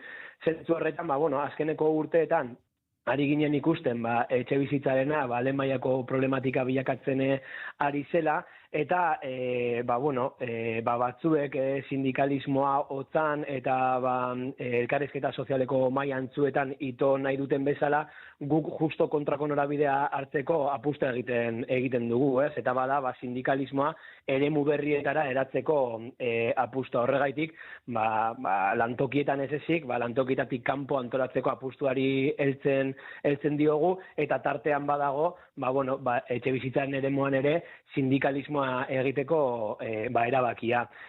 Prozesua egia izan, daramatzagu ja urte batzuk, maizterrekin batera lan bat egiten, gure buruak formatzen, ikusten nola heldu diezaioken sindikatuak eta sindikalismak ze ekarpen egin dezakeen problematika zehatzoni, eta egia esan orain artekoa oso emankorra izan dela esan dezakegu, ez? Hainbat eta hainbat borroka sindikal dagoeneko piztuta ditugulako, hainbat eta hainbat maizter eta etxebizitzarekin problematika duten langile sindikatura hurbildu direlako, eta sindikatua antolatzeko eremu eta leku bezala ulertu dutelako, eta hainbat gatazkera irabazi ditugulako. Aipatuko ditugu horietako dinamika zehatzak, batetik azken ekimenetako bat izan da alkiler seguroko alokairuen ordainketa greba, jakin nahi dugu ea nola doan hau eta zer bultzatuta hartu den erabaki hau? Alkiler seguroren kasuan, alkiler segurok ezagutzen ez duenarentzako higiezin edo bitartekari handi bat da, Estatu Espainiar osoan, 25.000 etxe bizitza baino gehiago kudeatzen dituenak, eta Euskal Herriaren kasuan gutxienez, 500 bat, ez? Honen negozio eredua oso zehatza da, eta da, etxe jabeari aseguratzen diona da, edo ziurtatzen diona da, alokairua hilabetero, alokairuaren diru sarrera izango duela, eta nolabait ere, erabiltzen du aspaldian, batez ere, eskuin muturraren aldetik, zabaltzen eta edatzen ari den marko diskursibo hori, ez? Maizterren kriminalizazioarena. Denok jakin badakigulako, eta horrela adierazten dutelako hainbat ikerketek, etxe bizitzaren gastuak direla, edo etxe bizitza bai alokairua da bai hipoteka dela, horreintzari uzten zaion azken kontua, baldin eta arazo ekonomikoak, edo bestelakoak baldin badaude, ez? Lehenago beste gastu batzuk entzen direlako. Baina ere, alkiler segurok, negozio oso bat eraiki du maizterren kriminalizazioa oinarri duena, eta belduran oinarrituta. Eta ez hori bakarrik, gainera, ezagutu izan ditugu, horrela hurbildu direlako hainbat maizter sindikatura horrela kontatzen, eta baita ere estatu mailan dauden maizterren sindikatuekin elkarlana sakonduta dugunez, jaso ditugulako ere hainbat egoeren berri, eta bada, maizterra guzti hauei, abusuzko klausula ugari ezartzen zaizkiela, ez? Abusuzko klausulak izaten dugunean da, legez gaur egun fidantza, fidantza hilabete bat baino gehiago kobratu ezin daitekela, eta, alkiler segurok erabiltzen ditu bestelako kontzeptu batzuk horiek ordaintzeko, erabili izan ditu ere, inkluso jente bat, maizter batzuk ordaindu behar izan dute, lehenago, seinale bat, 200 euro, pisu bat soilik ikusteko, eta, horrelako klausula batzuk, inkluso, Espainiako kontsumo ministeritzatik, zigortu egin dituzte, ez? Eta hala ere, jarraitzen dute bere horretan. Orduan, guk prozesu bati ekiten diogu alkiler seguroko maizterrekin, atez-ate goaz maizterrak informatzeko aleginetan, eta proposamen oso zehatz batekin dela, lapurtutako diru guztia berreskuratzea, horrelako negozio ereduari aurre egiteko antolatzea, eta tartean sartzen dugu, proposamen oso zehatz bat dela alokairu grebarena. Orain artean, Euskal Herriko 500 etxe bizitza horietatik, zenbatek erakutsi dute euren atxikimendua greba honekiko? Egia da, bizita desberdinak egin izan ditugula, eta dagoeneko 10 maizterrek interesa adirazi dutela kanpainarekin bat egiteko. Egia da momentu honetan alokairu grebarena dela sindikatu egiten duen proposamen bat, oro har, harremana egiten dugun maizterrek begionez ikusten dute, eta zerbait egin behar dela esaten dute, egia da ere alokairu grebaren proposamena berorretan, badela zerbait berria, Eta hortaz, eraikitzen joango garen prozesu bat izango da, eta beti ere maizterrak izango dira erabakiko dutenak noiz nola egiten den, baina orain arte behintzat esan dezakegu hori, 10 batzuk ja dagoeneko kanpainarekin bat egin dutenak, eta ari direnak parte hartzen, edo ari direla parte hartzen, maizter gehiagoren gana heltzeko brigada horietan, atezateko brigada horietan. Horre, badira hainbat hilabete ezkutu sozialaren dekretua erori zela, horrek ere etxegabetze arriskuak areagotu ditu. Arlo honetan, LAB sindikatuak izan du esku hartzerik? Egia esan, guk egin duguna da, dekretua iraun zuen bitarte horretan, gure aholkularitza kolektiboetara jotzen zuten maizterrei, aholkatu edo proposatu luzapena eskatu zezaten beti ere tentsioguneko herrietan bizi ez badira, tentsioguneko eremuetan bizi baldin badira, printzipioz luzapena 3 urtetakoa izan barko lukeelako. Hala ere, ikusten ari garena da, tentsioguneko eremuetan bizi direnen aldetik zein prorrogak iraunduen bitarte horretan eskaria luzatu duten maizterrek jaso duten erantzuna gehienetan ezeskoa izan dela, ezeskoa izan dela etxe jabeen aldetik kontratua luzatzeko borondaterik adierazi ez dutela.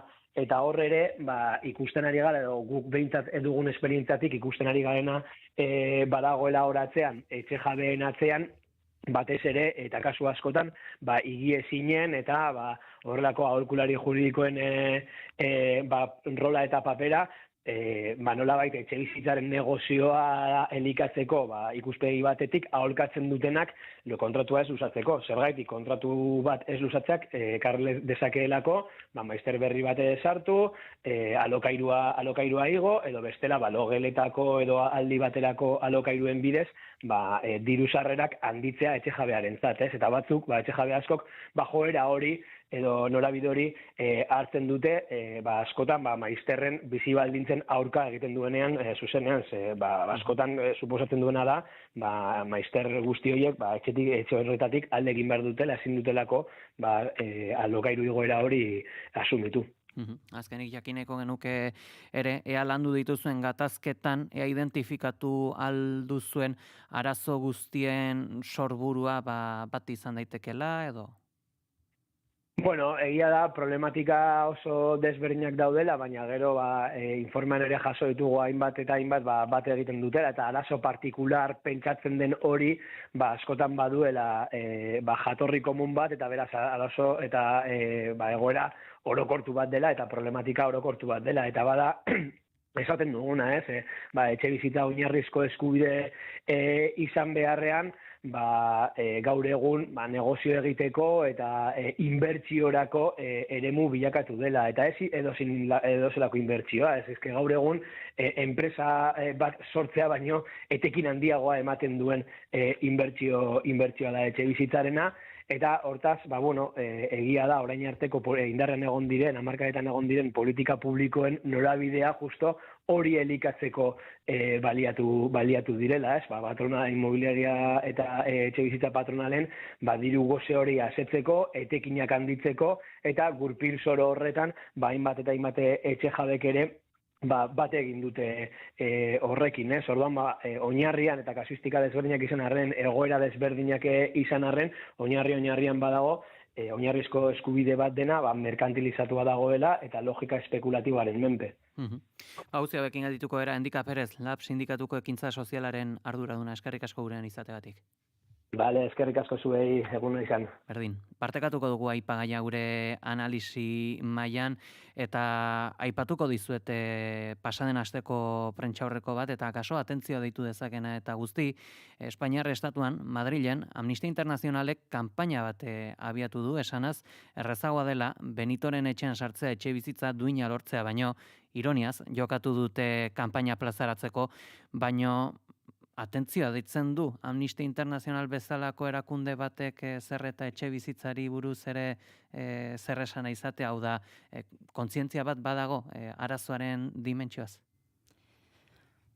Nik uste momentu honetan eta azkenean realitateak eraman gaitu horretara, ez egunerokoak badago kontzientzia bat eta badago kezka bat etxe bizitzaren inguruan, ez? Arlo politikora ere salto egin du, ez? Eta hori aitortzen da, momentu honetan gizartean dagoen kezka nagusietako bat etxe bizitzarena dela. Zentzu horretan, nik uste geroz eta eremu gehiagotara zabaltzen ari den, zerbait den hein horretan, ez?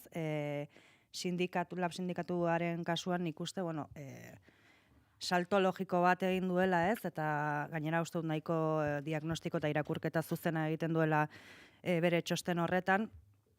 Badago nahi bat, ez? Nolabait ere gizartea aktibatzeko eta pixka bat horren inguruan lanketa bat egiteko, ez?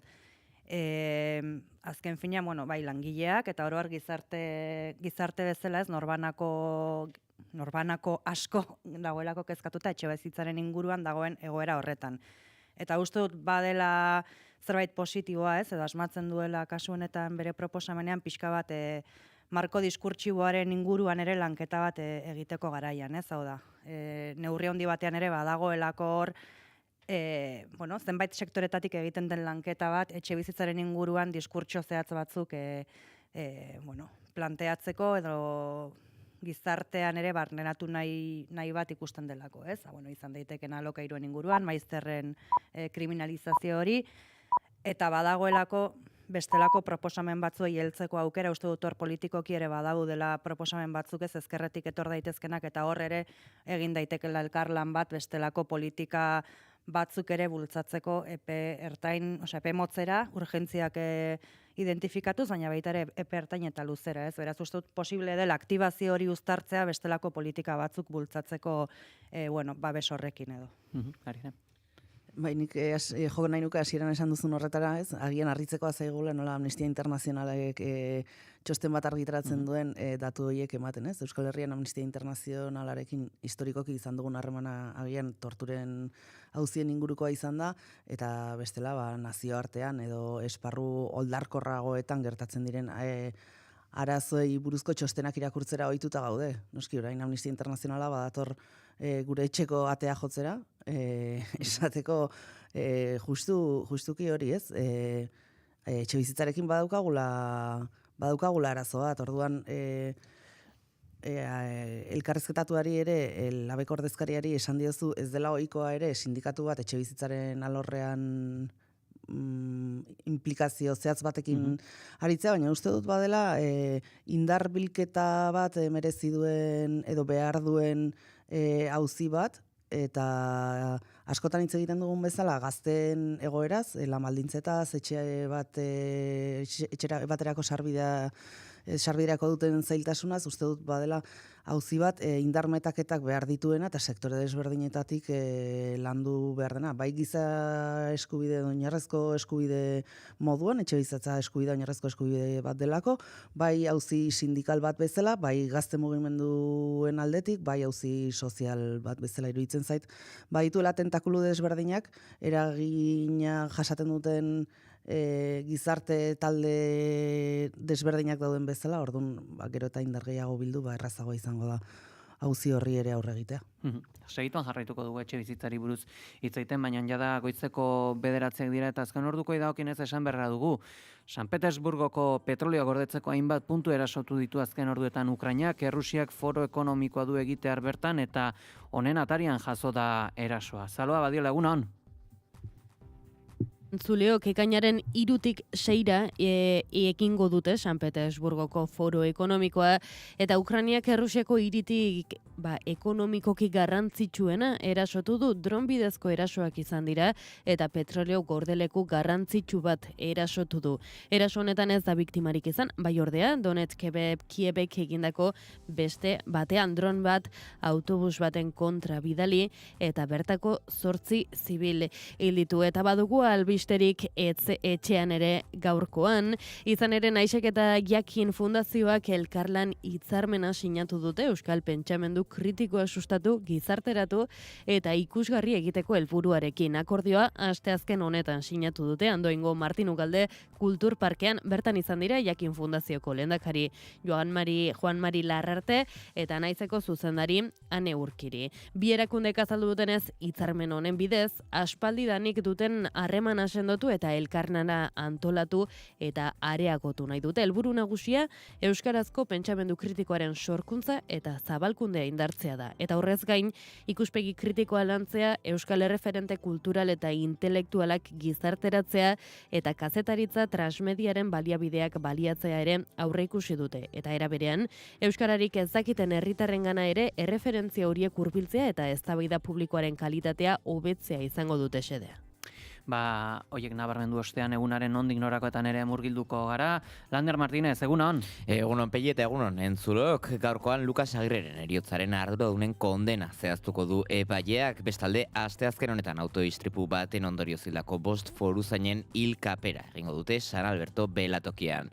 Arlo politikoan esango dugu Aitor Esteban eajotako presidenteak eta Eneko Andueza PSeko idazkari nagusiak prentsaurreko bat eskainiko dutela inbertsioak arintzeko lege ekimen berri bat aurkezteko.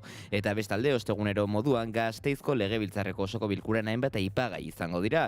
Euskal Herria Bilduk airearen kalitateari buruzko galdera ekarriko du. Alderdi subiranistak ere euskara sustatzeko hitzarmen bidez audiozko materialak ikus-entzunezko edukien plataformen esku uztea eskatuko du. Eta bestalde, Sumarrek ikastetxe publikoen fusioak eta itxierak geldiarazteari buruzko galdera eramango du legebiltzarrera. Esango dugu ere, Badiako alkateen agerraldia izango dela gaurkoan, Badiaren etorkizunerako proposamenari eta Pasaiako portuko agintaritzaren eskumenen transferentziari buruz. Teo Alberro Pasaiako alkatea, Mikel Arruti Lezokoa eta Aizpea Otaegi Errenteriakoa izango dira bertan. Eta Nerea Melgosa ongizate gazteria eta erronka demografikorako sailburuak lankidetza eta ezagutzaren kudeak eta jardunaldia irekiko du haur eta nerabeenganako indarkeriaren aurkako euskal estrategiaren barruan. Bestalde, Nafarroan herripagainaren inguruko akordioa aurkeztuko dute bertako alkateek. Eta esango dugu ere, Lab, Ela, Satse, SAE, UGT, AFAPNA eta Komisiones Obrerasek osatutako osasunaren intersindikalak prentsaurrekoa eskainiko duela Nafarroako osasunaren egungo egoerari buruzko hausnarketa plazaratzeko eta konponbideak bilatzen saiatzeko proposamenak aurkezteko. Goiz honetan ere, etxebizitza sindikatuak salaketa aurkeztuko du desokuparen aurka Bilbon. Eta bestalde manifestazioa egingo dute gaur arratsaldeko 7 eta markatu Bilbon Saderren lekualdaketa eskatu eta enpresak eragiten duen kutsadura salatzeko. Beste elkarretaratze bat ere, Amasamendi bizirik elkarteren partetik Amasan proiektatzen duten parke eoliko baten kontrako agerraldia izango da, eta elkarretaratzekin amaitzeko Gasteiz eta Donostian Kubaren aldeko mobilizazioak deitu dituzte ostegun honetan. Bestalde, Udako Euskal Unibertsitatearen hasiera ekitaldia izango dugu ere gaurkoan Euskararen balio ofizial akademikoaren erronka izenpean. Ekonomian berriz, Nafarroako osoko bilkuran sozietateen gaineko zergaren aldaketa eztabaidatuko dute, eta Mondragon taldeak agerraldia egingo du 2025ko balantzea egin eta aurtengo aurreikuspenen berri emateko Pello Rodríguez presidentearen eskutik. Bestalde, Lakuako industria trantsizio energetiko eta jasangarritasuneko sailburu Mikel Jauregik Grid for Industry proiektu eraldatzailea aurkeztuko du Euskadi 2030 industria planaren barruan. Kiroletan kontu gutxi ditu aipatzeko ostegun honetan, pilotan Euskal Herritik mundura finalaren aurkezpena egingo dute Zumarragan goizeko 12etan, txirrendularitzan emakumeen giroaren 6. etapa izango dugu eta tenisean Roland Garroseko partidak izango dira ere. Eta azkenik, kulturan hainbat aipagai EHZ-aren 30 urteko ibilbidea jorratzen duen auzolanaren lurretan liburuaren aurkezpena izango da. Jose Azurmenduren gure klasizismo txikia liburu aurkeztuko dute ere, eta literaturarekin amaitzeko klasikoen irakurraldi jarraituan Txillardegiren Leturiaren egunkari ezkutua izango dugu ostegun honetan ere. Bestalde, Euskal Museoaren aurkezpena eta inaugurazioa izango dira, eta azkenik aipatuko dugu musika bulegoa sariak ospatuko direla ere ostegun honetan. Oso ondo, Lander, adi egongo era, eskerrik asko. Gero arte. Eguraldia eta trafikoa naiz irratian. Errepide daukenez, bada nabarmentzeko jazueraren bat? Oiko autopilaketak ditugu Bilbo inguruan Pegi, Leioan, Barakaldon eta Galdakaon. Eguraldiari dagokenez esango dugu Euskal Herria aski, lainotxu da daukagula gaurko honetan, euri zaparradak ere, Donostia ala Bilbon une honetan, eguraldiari temperaturei dagokenez barkatu, esango dugu une honetan 15 gradu dauzkagula Gasteizen, 16 Donibane Garaziala Donostian, 17 gradu Bilbo, Iruña, Maule eta Baionan une honetan. Eguraldiaren xehetasun guztiak, Iker Riberluzeak. Eguraldiak berriro ere okerrera egingo du ostegun honetan. Goizetik zerua estalirik egongo da lurralde osoan. Goizean euri gutxi botako du eta botatzen duena gehien bat ipar partean botako du, baina esan bezala euri txiki modura eta orokorrean oso euri gutxi izango da eta lurraldearen hego isurialdean gainera ateri egongo da, baina eguerdian fronte bat iritsiko da eta fronte horrekin euriterako joera nabarmenagoa hartuko du. Zaparradak mendebaldetik ekialdera mugituko dira, lurralde osoan botako ditu, baina beti ere zaparradak mardulagoak izango dira eta ugariagoak lurraldearen ipar partean eta bereziki ekialdean, Gipuzkoan, Nafarroa ipar partean eta ipar Euskal Herrian. Ego isurira ere euria pasako da, baina gutxiago botako du. Ondoren, arratsalde erditik aurrera eta behin frontea pasa ostean, zaparradak dezentez tartekatuagoak izango dira eta gehien bat ipar isurian botako du, ego isurian euria nabarmen gutxituko du, azken orduetan bertan ateri geratuko da eta ipar partean ere euria nabarmen gutxituko da.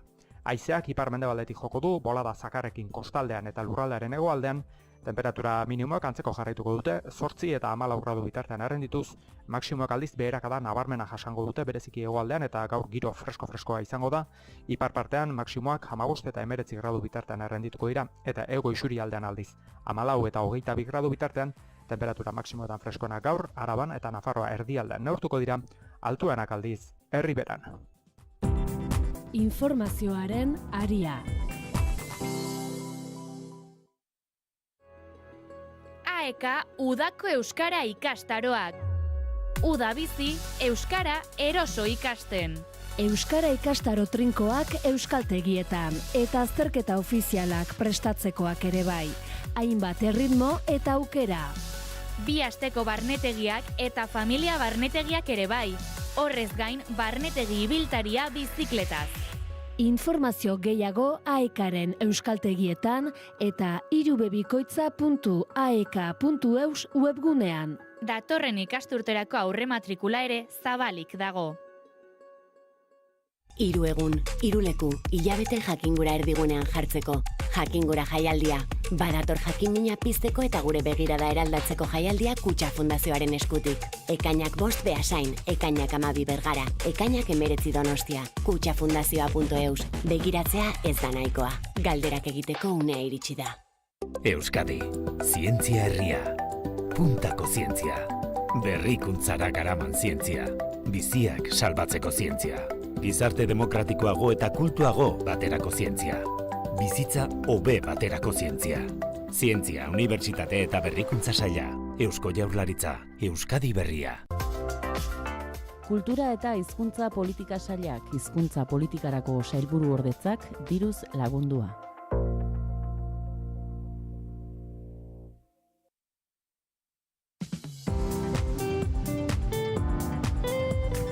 Informazioaren aria.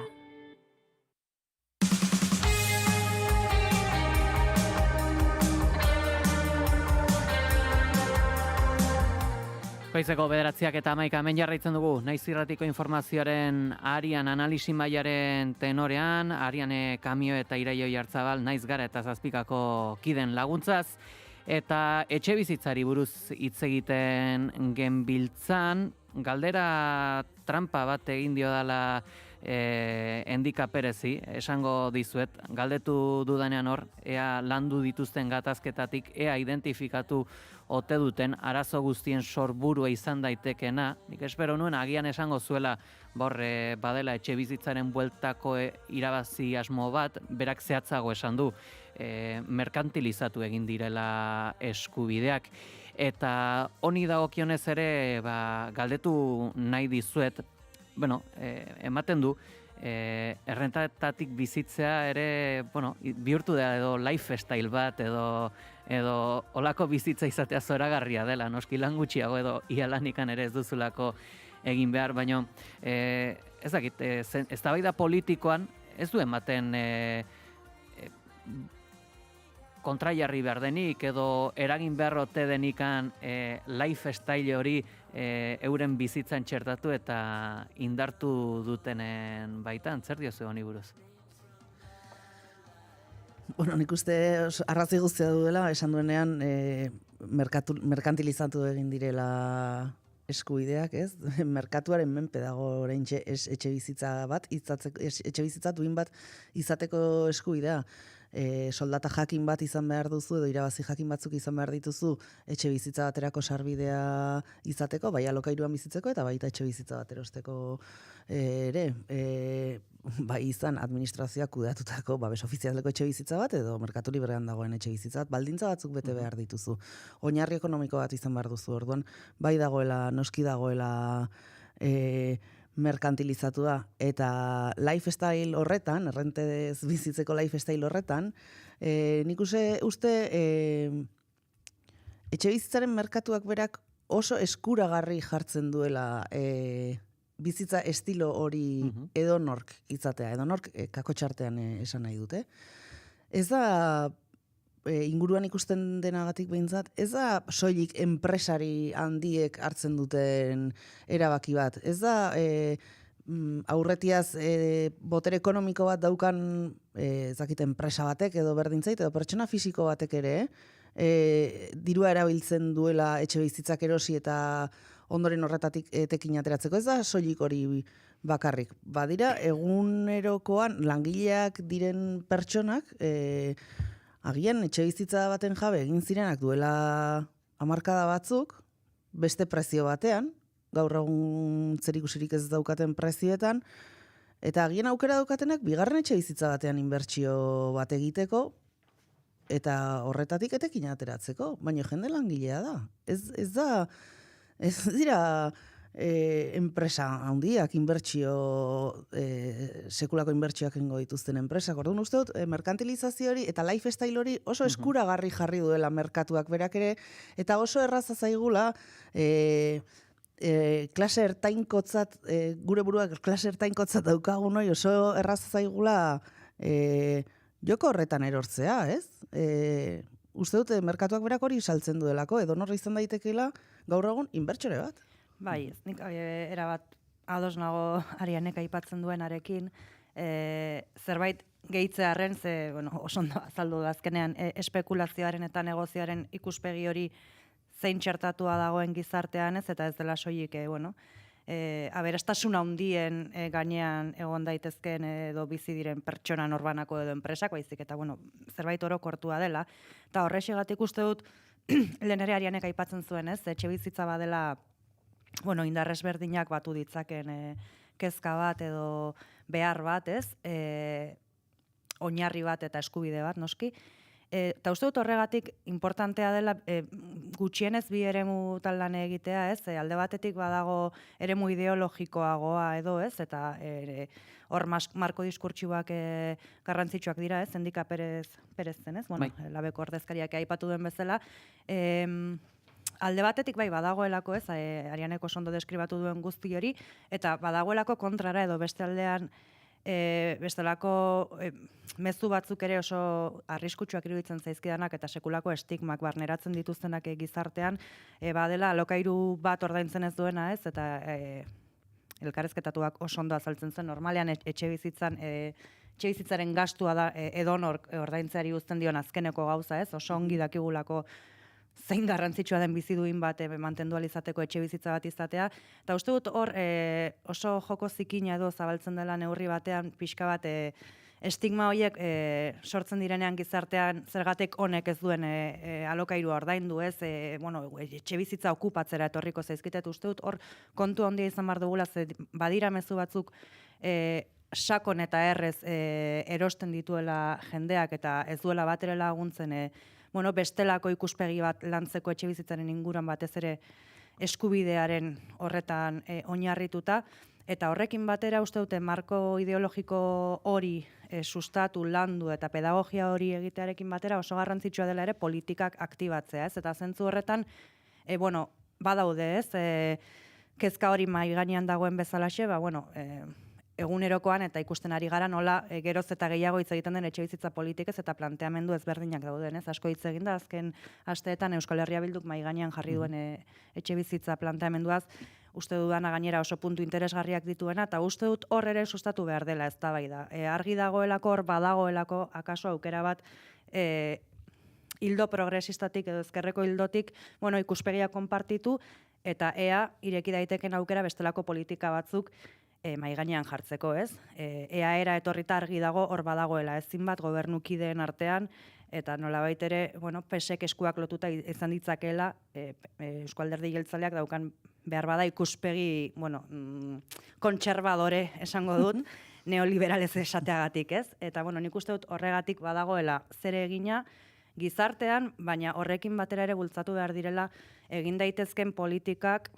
gutxinaka, ez? Ez gera hemen bapatean dena hundira jokatzera joango, baina uste dut badagoela behar bat, eta egon daitekela, labek abiatu duen ekimena bezala beste hainbat daudelako, bultzada bat emateko gizartearen partetik. Hementxe utziko dugu aipagaia, izango dugu segurazki, oraindik gelditzen zaizkigun saioetan etxe bizitzari buruz hitz egiteko aukera gehiago, baina esan dugu lehen, gaurkoan zerua aski grisa geneukala, baina bestelako kontu meteorologikoak izango ditugu izpide ondorengo minutuetan. Munduko meteorologia antolakundeako hartarazi baitu, uda honetan, El Niño izeneko fenomeno meteorologikoa bizitzeko aukera 80%koa izango dela.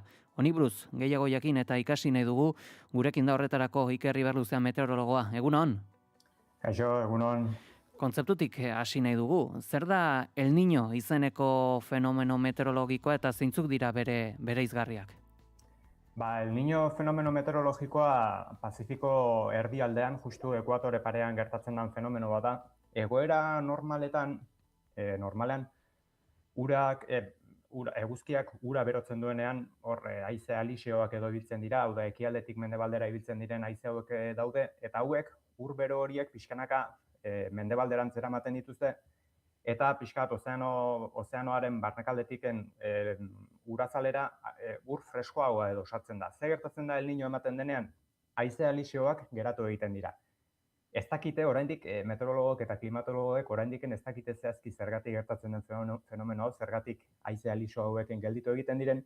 Orduan, geratzean eguzkiak urazala berotu eta berotu egiten du, urazaleko temperatura asko igotzen da, eta asko igotze horrekin batez ere Ameriketako ekialdeko kostaldean, bereziki Hego Ameriketan, Ekuador, Peru, Chile, inguru horietan eurito handiak uzten dituzte, eta horrez gain munduko meteorologia patroia edo pixka bat zirkulazio atmosferikoare aldatu egiten du. Orduan, nahiko fenomeno potentea da, eta gainera daukan berezitasuna aurtengo fenomeno honek da, normalean baina gehiago berotuko dela. Orduan, El Niño baina gehiago jada deitzen ari zaie Super Niño edo. Hau da, bataz beste temperatura 2 gradutik gora igotzeko probabilitatea dagoela Ozeano Pazifikoan, eta horrek bere eraginak utziko ditu.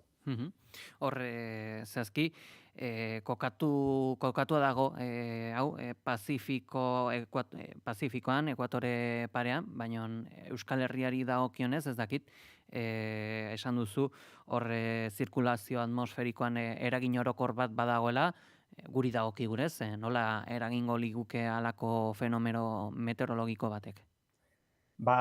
Fenomeno hau nahiko urrun gertatzen denez, ez dago oso garbi zuzenean guri eragingo ote digun. Hor sortzen den kezka da, azkenean temperatura igoera horrek mundu mailan ere bataz besteko temperaturan igoera bat ekarriko lukeela. Gainera horri gehitze baldin badiogu aldaketa klimatikoaren testuingurua, bi gauzak bat etortzen direnean, bai Super Niño bat eta bai aldaketa klimatikoak, hau da berotegi efektuak sortzen duen beroketa hori, kezka hortxe dago, ez? Temperatura igoera horrek zer nola eragin dezaken.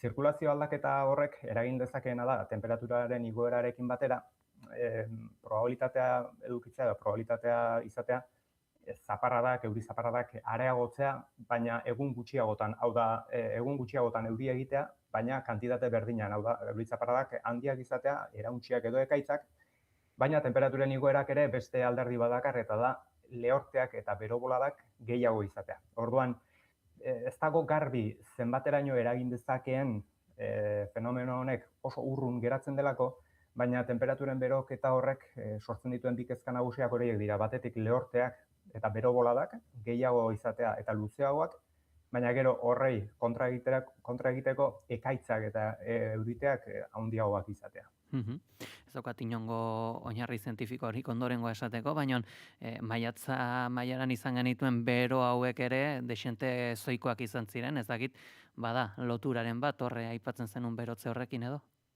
Bueno, ez dago garbi El Niñok edo Super Niñonek eragindako zerbait denik, ze oraindik bere hastapenetan dago eta ikusi behar da, honek luze iraungo du, hilabete desente irauten dituelako, baina garbi dago halako bero boladak luzeak izaten direnean, gainera maiatza amaieran astebeteko bero kolpe bat izatea ez da oso ohikoa izaten, eta hau bai akaso lotu litekela aldaketa klimatikoarekin ez, azkenen temperaturak igotzen ari zaizkigu eta halako bero boladak izatea, zoritxarrez esan beharko dugu geroz eta ohikoa izango dela.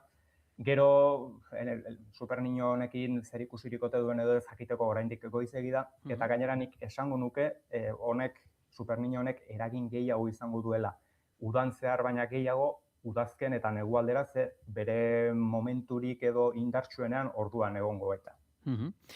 Bai, zehatzagoa dena da, aurreko ikusi dutela, fenomeno meteorologiko hau gertatzeko aukera 80%koa dela, hau oso altua da, ia baiezkotzat eman beharko genuke 80%an behintzat, ezakit nolatan jakin da, aukerak hain altuak direla une honetan zehazki.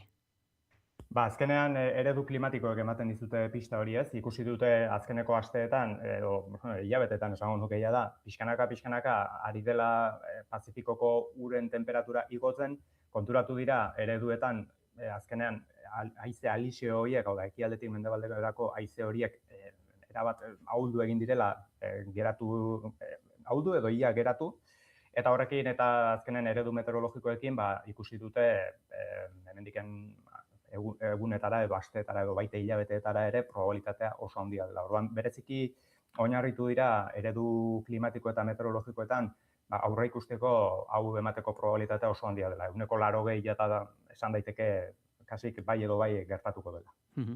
Aipatzen zenun, aire hoiek heltzen direla ekialdetik, hoiek lirateke beraz guri lagunduko liguketenak, baina berez kulturalki bada ere, kontrako aldeak, mendebaldeko aldeak ere ez du askotan famarik hoberena izaten? Ez, hoi ala izatea bai. Kasu honetan, gauza da, azkenen ekialdetik mendebaldeko haize hauek gertatzen dira gehiago ekuatorean, gure aldean berriz haize predominanteak mendebaldetik ekialdeako dira, orduan horre pixka bat aldatu egiten da, eta gero gainera honek baitare eragina dauka normalean mendebaldeko, hau da, Asia ekialdeko zonalde horietan euri desente egitetikan lehorteak izatea pasatzen diala, eta gero zonaldea, hau da, ekialden, kasu honetan Ameriketako ekialden eta baita gora gore bai, estatu dutako kostaldean bai, hor euritet desenteak handiok izatea iristen dela orduan ikusta azkenen, patroi aldaketa honek bai, baita ere gero eragina dazkala mundu mailan bai. Gero ere, ezakit, ohikoa den edo Euskal Herrian bada ere fenomeno bat, orain, nabaritzen da, oso oinarrizkoa da, sentitzen direla, temperaturak edo euri-jasak indartsuagoak direla, edo muturreko temperatura. Euri-jasa indartsuagoak, eta horrek ere ekartzen duena da ere bai, ezetasunari dagokionez, ezakit, agian tropikalizazio bat edo izan daitekena, oso ezetasun beroak, segituan hainbat egunetan euria izatetikan bapatean temperatura beroekin ezetasun handiak, hor landaretan eta ateratzen dire, onjoak eta lakoak, hori ere beroketa klimatikoaren parte dela esan diteke? Bai, ala dirudi ez. Azkenen, aldaketa klimatikoakin zer ikusia daukan edo ez jakiteko urte batzuk hartu behar dira, serie klimatiko hartu behar dira, baina azkeneko urtetan joera nabarmena da, temperaturak igotzen nahi dira. Zer gertatzen da temperatura igotzen denean, azkenen atmosferak ezetasuna edo, ezetasuna gehien bat edukitzeko kapazitatea igo egiten da. Orduan, geroz eta ezetasun handiagoa, geroz eta euria egiteko probabilitate handiagoak izaten dira. Orduan, zaparradak indartsuagoak dira, baina kasu honetan egun gutxigotan edo botatzen du. Lehen euri langarra edo euri txikia edo gehiago, maizago izaten zen, ez? Nire gurasoak eta esaten zuten, gure garaien egunak eta egunak izaten zian euri langarrakin. Oain euri txiki hori gutxiago izaten da eta gehiago izaten da euri zaparrada modura. Eta gero temperatura igotze horrek ekartzen duna da, halako temperatura aldaketa bortitzak izatea, ez? Batean egun batean 10-12 gradu izatetik, hortik egun gutxitara 30-15 edukitzea, ez? Orduan, temperatura igotze horrek azkenean gehien bat eragiten duena da kontraste handia, ez?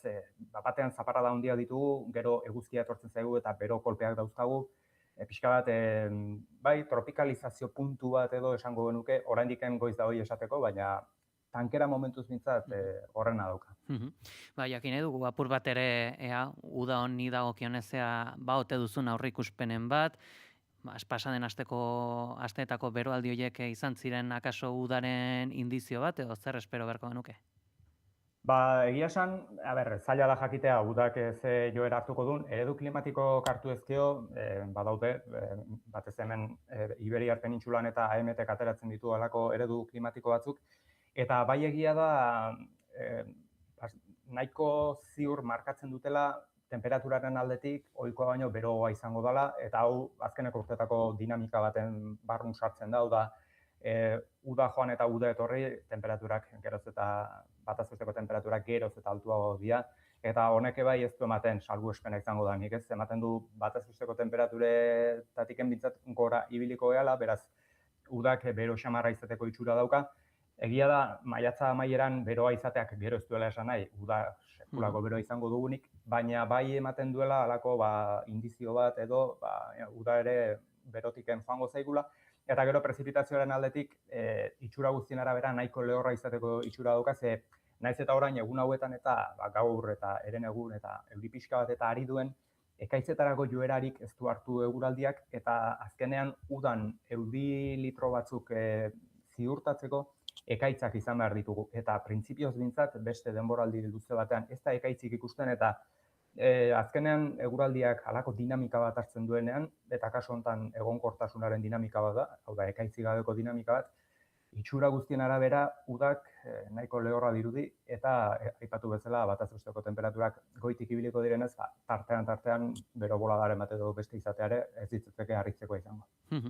Itzulita apur bat El Niño fenomenora eta baita ere bizi dugun berotze klimatikora, honetarako neurriak badaude aurreikusiak edo hor klimaren buruzko goi bilkurak aipatzen dira, baina batzutan hauek apur bat antzuak ere izaten dira. Bai, apurua baino gehiago esango nukenik, baina bueno, bai, azkenean hemen gehien bat prebentzioari begiratu bertzaio, ez?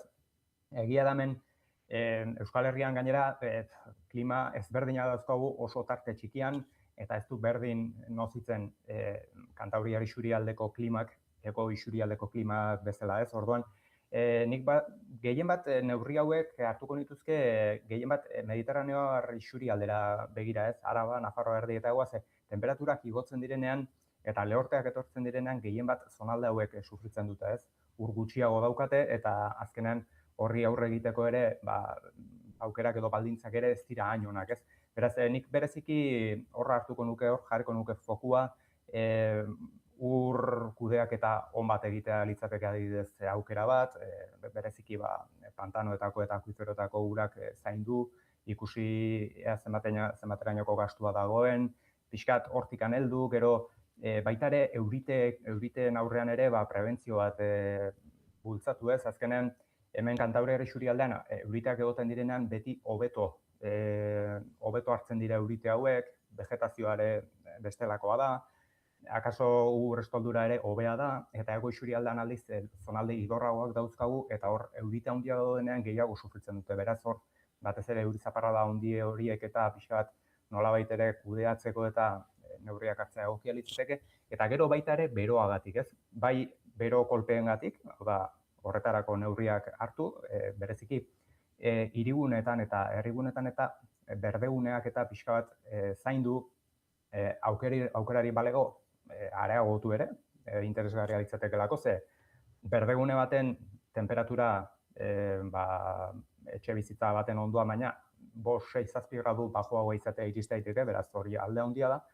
Eta gero baita ere bero handia egiten duenean asko sufritzen duen zonaldea da basoa. Hau da, baso zonaldeek ere asko sufritzen dute, ze gero baso zute arriskuare asko igotzen da bero handia egiten duenean eta lehorte handiak daudenean, eta hor ere neurriak hartzea egokia litzateke. Orduan, nik gehien bat aipatu ditudan neurri, esango nuke prebentzio neurri horietan jarriko nuke fokua, Ze El Niño fenomeno hau aurten emango da, baina hemendik urte pare batera edo 3 berriz itzuliko da. Orduan, eta horri aldaketa klimatikoaren testu ingurua gehitze bali madiogu, probabilitate handiak daude klima berotzen segitzeko eta interesgarria litzateke prebentzio neurri hauek hartzea. Aurren entzen galdetu beharko diegu hautetxiei neurri hauei buruz ere, Iker Ibarluzea meteorologoa, eskerrik mila goiz honetan gurean izategatik. Eskerrik asko zuei. Ariane eta Iraia, ezakit zein presio duzu gerta daitekeena, aurten akaso lorezalea denak edo baratze zaina denak biziki, ureztatu beharko ditu bere landareak? Bueno, nik uste joera orokorra horretara doala, ez? Edo hori da bintzat nire pertzipzioa, nik ere ez daukat oinarri zientifikorik, pellizu bezala arituko naiz, arrisku guztiak hartuz, baina pertzepzio pertsonal horretatik eta oso subjetiboki noski, iruditzen zait baietz, gero eta polarizatuagoak direla gure urtaroak, esan daiteke? Hau da, sentsazio daukat. Muturrekoagoak.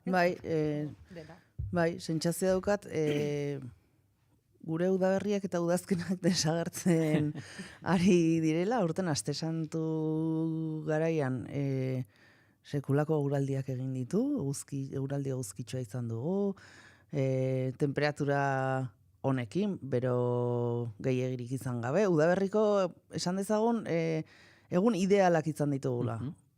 Gero euria etorri da, eta bapatean maiatzean sartu da uda, etxe guztiak berotu dira, gure gorputzak berotu dira, eta gure pentsakera ere, nik uste dut, udako garaian dagoela, ez? Orduan, bai badukat sentsazio hori muturrera joan dela gure meteorologia. Ez, azken asteetan egin dituen bero sapa hoiekin, uste dut, ekaitz bakar bat ere ez duela bota, hemen inguruan, Donosti inguruan behintzat ez, eta hemen normalean halako temperaturak hainbeste igotzen diren egunetan oso ikoa izaten da eguna ekaitz potente batekin amaitzea, eta uste dute aste oso bat iraun zuela bero sapark, eta ez duela ekaitz bakar bat ere bota, orduan. Eta izan genuena zen ere, harrigarriena ere, izan zena,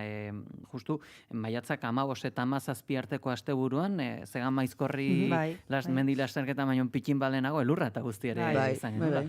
Bai, ez, nik uste hori, komentatzen genuena, erabat muturrekoak direla pixka bat egoerak, ez, eta hor gure klima nola ari dena aldatzen, ez, eta Ikerreko oso ondo aipatu dut, aurre ikusi du pixka zein izan daiteken, alde batetik udako egoera, baina baita ere aipatu du, Super Niño horri dagokionaren partetik behintzat, udazken eta negua ere izan daitekela igual momentu, horre eragina handiena izan dezakena, jakin gabe gure gana edo naino nola iritsiko denez, baina bai, aipatzen genuenaren aritik, argi dago, zerbait gertatzen ari dela, egia da, dagoeneko, gure elkarrizketa sozialetan, lagun artean eta dagoeneko larrialdi klimatiko hitza nolabait ere normalizatu dela, ez? Lehen bazirudien gutxi batzuk zeukatela horren kontzientzia, eta behintzat esan askok esaten dute dugu, ez? Baina, uste dut, oraindikan urratsa falta zaigula erabat kontziente da izateko, bai,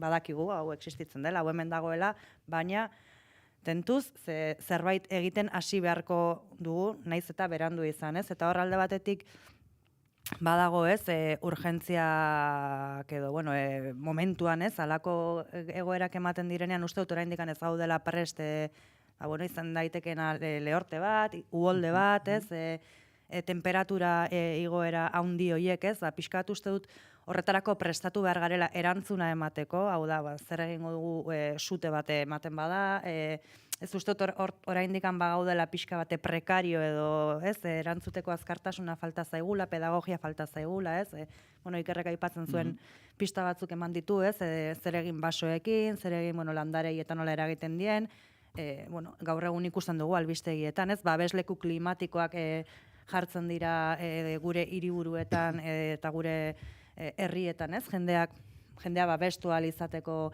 halako temperatura altuak daudenean, ez, pixka bat hartzen ditugulako oraindikan arrotz egiten zaizkigun egoerak direlako. eta bestalde, larrialdi klimatikoaren aurrean daukagun erronka potoloa, ez? Orain energiaren inguruko eztabaida berpiztu da, ez? Edo gehiago piztu da, baina tamalez, eta batez ere esango nuke, eta uste dut hor badaukagula autokritika handia egin beharra da, gerraren ondorioz prezioak igo direlako.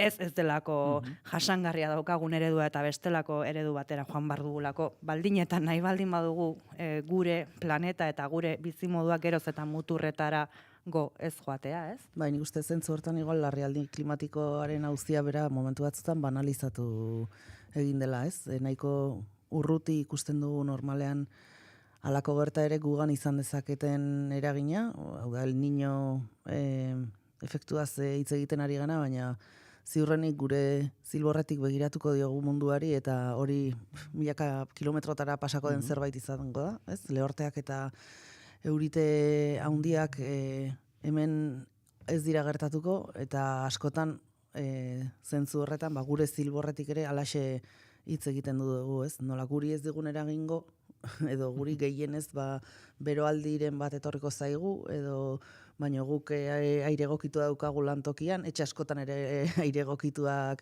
jartzen ari dira, jakin nahiko nuke aurtengo udan zein izango den etxeetan aire egokituak jartzearen gorakada, uneko zenbatekoa izango den, baina iruditzen zait aireak esan duen aldetik, autokritika pixka bat ere falta zaigula eta benetan ikusi zientziak berak ezatzen duela aldaketa klimatikoa gertatzen dela, gero beti dago eskuin muturra eta munduko botere batzuk gertatzen ari den hori gezurtatzen dutenak, baina uste dute kritika sozial eta pertsonal bat behar duela afera honek eta heldu behar zaion lekutik eta batez ere ardura osoz.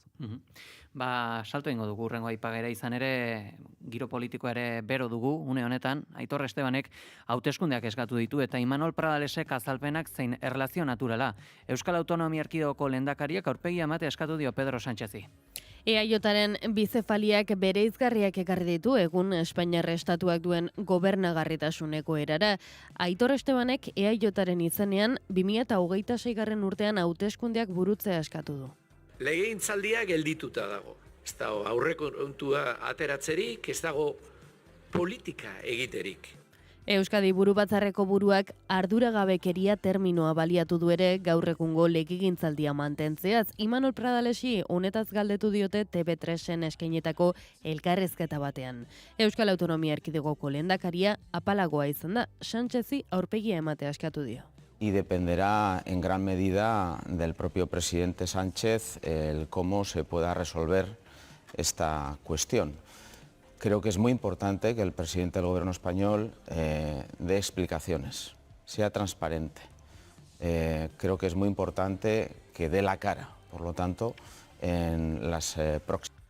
Lehendakariak gogora ekarri du Espainiar gobernuak aurrekonturik gabe jarraitzen duela 2023. Urtetik. Testuinguru horretan, elkarrezketan jarraitu behar duela azpimarratu du Pradalesek. Me toca seguir manteniendo el diálogo y la negociación con el gobierno español, porque tenemos carpetas abiertas de negociación y nosotros tenemos que seguir intentando dar pasos, ¿no? Hauteskunderik ez baldin bada, EAJak PSOEri babesak kenduko dion galdetuta Pradalesek pausoak eskatu dizkio Pedro Sánchezi eta horretarako ezinbestekotzat jo du erlazio naturala mantentzea bazkideekin.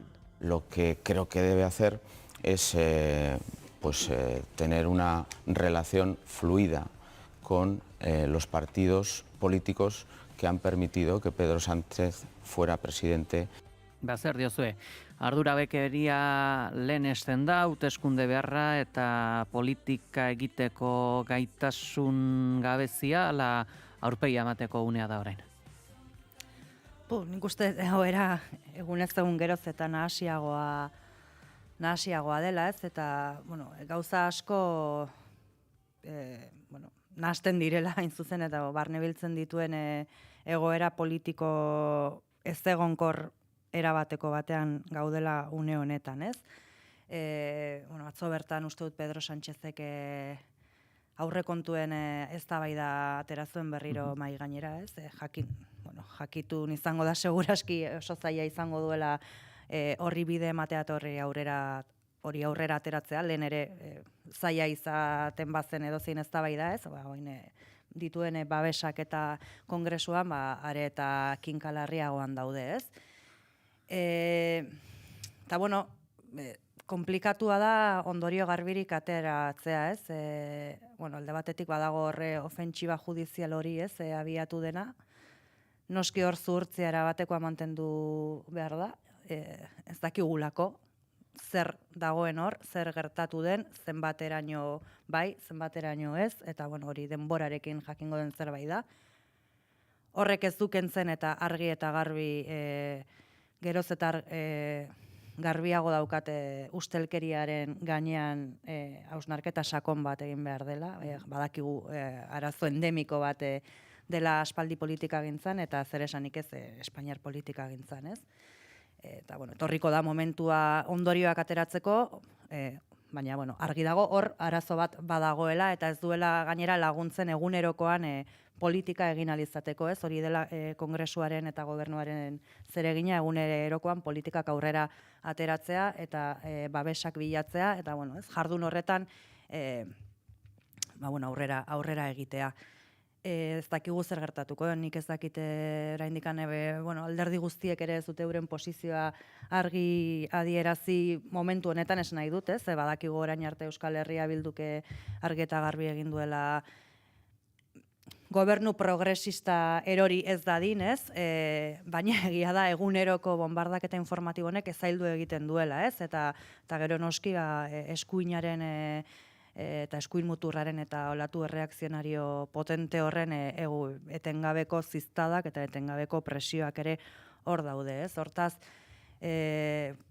ikusi barko da zer gertatzen den, ez? Eta Eusko Alderdi Jeltzalearen kasuan, uste dut, berari ere egoera komplikatzen zaiola, hurrengo urtean udal hauteskundeak dira, Nafarroan hauteskundeak, gobernua osatzeko hauteskundeak ere izango dira, eta, Eusko Alderdi Jeltzaleak hemen badauka bere nik horrela ditzen diot beti ere konbenentziako matrimonioa PSE-erekin, ez? Eta hor ere, gauza asko nahasten dira, eta eskuinarekin lerrokatzeak ere zer suposatu lezakeen.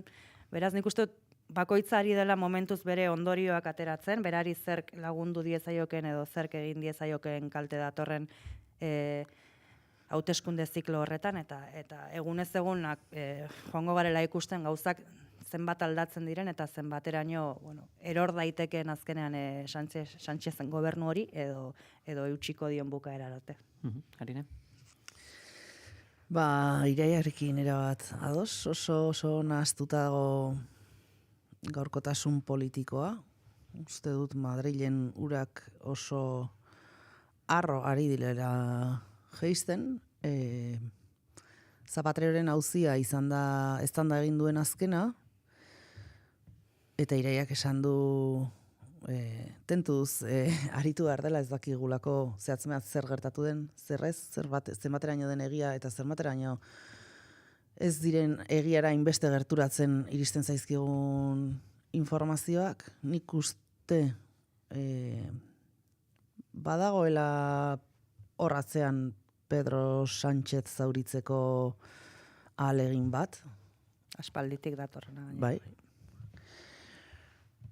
Baina zuhurtziaz jokatu behar da datorrenarekin. Gero badakigu ere ukok zer nolako informazioa manejatzen duen, zer nolakoak diren egiten dituen informeak, eta orduan zuhurtzian ikuste zentzu guztietan aplikatu behar dela. Pedro Sánchez estutzen ari dira orain gainontzeko alderdiak, Feijóo horretan saiatzen ari da enegarren aldiz, baina ez dago erreza fitxa bakar bat mugitzea ere, zer hemen interesak denon aldetik datoz, eta uste dut komplikatua izango dela etorkizuna. Dirudienez Pedro Sánchezek aguantatu edo utzi egingo dio azken urteari, eta datorren uda bitarte itxarongo du eta legealdia bete egingo du, Aitor Estebanek hauteskundeak eskatu ditu, Pradalesek harreman jario emankorragoa edo eskatu du bion artean, eta Iraiak esandakoa. EAJak bere interesak ditu Madrilen eta bere interesak ditu Euskal Herrian ere, urrengo urtean udal hauteskundeak datoz, Nafarroako gobernuko hauteskundeak datoz. Hor ere jokoan asko egongo dela iruditzen zait. Gauzak aldatzera doazenaren susmoa daukat nik behintzat, baita hemen bertan SOEk eta EAJak daukaten hitzarmen hori ere nahiko agortuta dagoela ikusten dut, eta horren arabera ere ikusi beharko da etorkizuna nondik joaten den.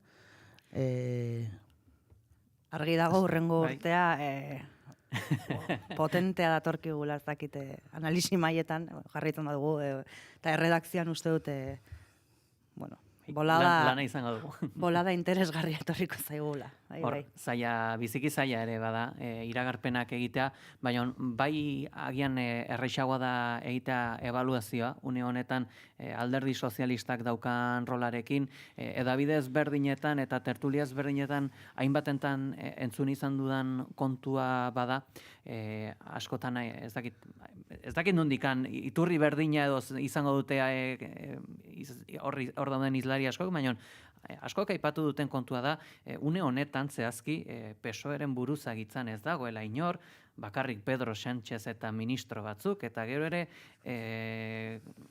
jartzen dute ariketa praktiko gisa bezala PSOEk bere burua zuritu dezan, ea zergaitikan ez dioten Leire Diazi kereila bat jartzen argitzeko Leireren kontuak direla, eta ezakit pixkat kaldera ere trampa ere izan daiteke, ze agian hori botata esan dezakezu, ez baldin badute kereila jartzen, bada azkenak kereila jarrita azkenan denak zipristinduko direlako, edo zuek alakorik entzun duzue azken aldian? Bueno, nik uste Pedro Sánchezen eta bere inguruaren aldetik ikusita ez, orain deskribatu dugun igatzeko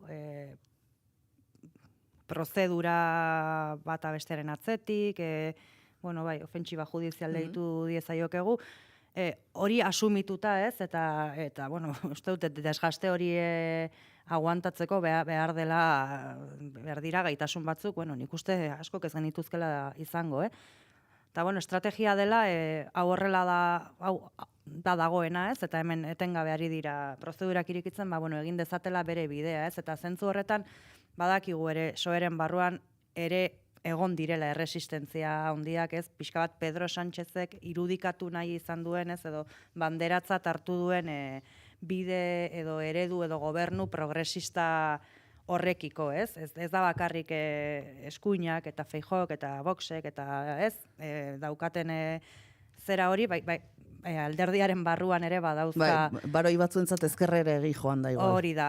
Hortaz nik uste horregatik igual aipatzen dute horren beste ez, dagoela bera bakarrik zenbait ministrorekin edo kide gutxi batzuekin, ez? Ze gero egia da ere, paradogikoa baldin bada ere, bide progresista horretarako apostuan, esango dut, tamalez, Espainiar estatuan ezkerraren, ez dakit, bandera eraman dutenak, edo horren nolabait ere ordezkari direnak eta Sumar eta Podemos aipatuko ditut zuzenean, ez dutela gehiegi lagundu ere bide horretan, ez? Eta uste dut beraiei ere horrek kalte galanta egin diela, ikusiko dugu datorren hauteskunde zikloan nola bukatzen duten, ez? Eta gero zaila da hori estrapolatzea ere ona, ez? Neri oso komplikatu egiten zait eta anduezari termometroa jarri eta irakurtzen jakitea egia da zalaparta etengabean bizi dela, batzutan da bere gobernukidearekin.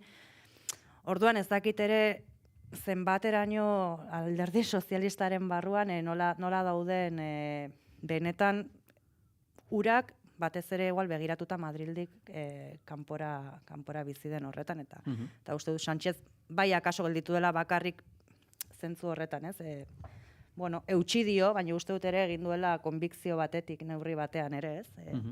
Hor, aipatu duzula eneko handu ez Iraia, entzulei ere jakinaraziko diegu gaurko honetan agerraldi zinez interesgarria egongo dela Gasteizko Legebiltzarrean, bai Aitor Estebanek eta bai eneko handuezak elkarrekin aurkeztu behar dutelako lege proposamen bat arlo ekonomikoan, eta bereziki oso topaketa bixia izango da, lehen aldiz elkarrekin ikusiko direlako, benmearen zalapartaz geroztik, eta azkenean badirudi urak baretuko direla, baina aukera probestu beharko da, horri buruz galdetzeko, hor biak parez pare daudela, baina aipatu nahiko nukeena ere bai bada, Peperi dagokionez esaten dute, zentsura mozioa galdua izango lukeela, eta batzuk ere egin dute paralelismo bat garaian Felipe Gonzálezek aurkeztu zuen zentsura mozio batekin esaten baitzen, edo esan baizuten orduan bozketaren unean, Gonzálezek galdu egin zuela, baina politikoki bera izan zela irabazle, dialektikoki askoz ere abilagoa izan omen zelako, baina hor, gaur egun, Ariane, Feijórekin hori gertatzeko aukerarik bada, ala paregabea izan beharko lukeen hautagai bat behar du Pepe kune honetan? Bueno, nik uste Iraiak lehen esan duen bezala, estrukturala da, hau da, Zapaterorekin gertatu dena, ustelkeria kasuak gertatu dira, bai Soeren barruan, baita Peperen barruan. Orduan, Ama Birjina bezala ezin zara agertu kongresuaren aurrean, ezer egin ez bazen ez bezala. Feijóok ordezkatzen duen alderdiak 11 ustelkeria kasu izan ditu, beraz ezin duzu duintasun bat defendatu kongresu baten aurrean. Feijóok laguntza behar du, ezin du berak bakarrik zentsura mozio bat aurkeztu eta irabazi. Moralki, uste dut gaur egun politika ez dagoela doktrina moralak emateko momentuan. Iruditzen zait nahikoa zabartua dagoela, bai era publikoan eta bai bakoitzaren etxe barruan ere beraien egunerokoa. Orduan, uste dut, lezio moralak ematea gaur egun ez dagokiola inorri. Eta are gutxiago Feijóri. Nik uste zentsura mozioa aurkezteko mehatxua bota zuen, baina gero iritsi dira Juntseko magoak eta Waterloora gonbidatu dute zuzenean Puigdemontekin hitz egitera. Orduan, bueno... Vox faktorea gainera ere hor dago, ez? Bai. Batzuetan lotxa gehiago adierazi du Pepek, eskutik helduta joateko, baina gero, Gaztela Leonen ere ikusi dugu ze mugimendu. Nik uste hor komplikatua dela, eta horregatik ere, Euskal Alderdi jeltzalea bai, Esteban eta Pradales, eta orain, ez dakit den euren publikoari ere nolabait erakutsi behar diotelako beraiek ere gogorrak direla Pedro Sánchezekin, nahiz eta gero hemen PSerekin batera joan toki guztietara, desadostasunak egonda ere. Orduan, ez dakit, uste dut horre, bai, Feijóok laguntza behar du, baina ez dakit Vox kenduta norbait azkenean laguntza hori emateko prest. Komplikatu ikusten dut, Imanol Pradalesek berak esan du Vox marragorri bat dela, eta marra horretara gerturatzea arrisku bat dela bereientzat ere, eta uste dut logikoena ere hori dela. Eta gero... lezio moral horietara itzuliz, lehen aipatu duzu Pegi, gaur agerraldia egongo dutela EAJak eta PSek, haien arteko akordio bat jakinarazteko. Uste dut oso kontutan hartu behar dutela alderdi guztiek. Zer eskatzen dieten beraien bozkatzaileek. Hau da, jendaurrean irudi bat ematea, agian lasaitasun apur bat eman dezake, edo itxura hori egin dezake, baina garrantzitsuena benetan zure masa elektoralari erantzutea da, eta gaur egun erronka oso handiak daude, migrazioa, etxebizitza, lanpostuak, osasungintza, hezkuntza, transversalki zeharkatzen dituzte nik uste puntu estrategiko guztiak, eta uste dut horri heldu behar zaiola, ez? Bixi, agurtu beharra dugu, baita ere Salburuko Harrera Sareak Malitik datozen asilo eskatzaileei gaua igarotzeko espazio berriak jartzea lortu du. Joan den asteburura bitarte 40 pertsona zeuden Gasteizko auzo horretako elizetan lo egiten. Gurekin dugu, Asier Etxenike Salburuko Harrera Sareko kidea telefonaren bestaldean. Egunon? Bai, egunon. Hemen izan ginen azken aldian aipatu zenuen arazoaren oinarria zela poliziaren zitak. Hori salatu ostean egonda pausoren bat edo moldaketaren bat? Eremu horri dagokionean ez, hori momentuz berdin jarraitzen du, hori gobernu delegaritzari dagokion ardura bada, eta horretan, gu dakigula bintzat, gurekin deslogo inorez da jarri harremanetan, eta halako neurri aldaketarik ere ez dugu antzeman.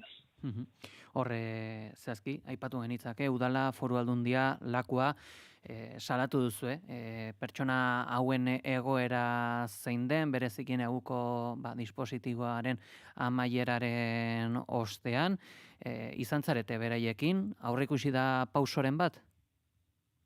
Horre berdin, salaketa lanak egin eta gero, eta, berez malitarrei zerbitzua edo, berme batzuk eskintzeko, antolatuta horren ondorioz ditugun harremanetatik harago, erakundeekin, momentuz ez zaizkigu gure gana ez dira zuzendu, eta ez dakigu besterik, guk jarraitzen dugu harreman horren bila, eta pixkate guztion arteko mai hori osatzeko presio egiten, baina momentuz erantzunik ez dugu jaso.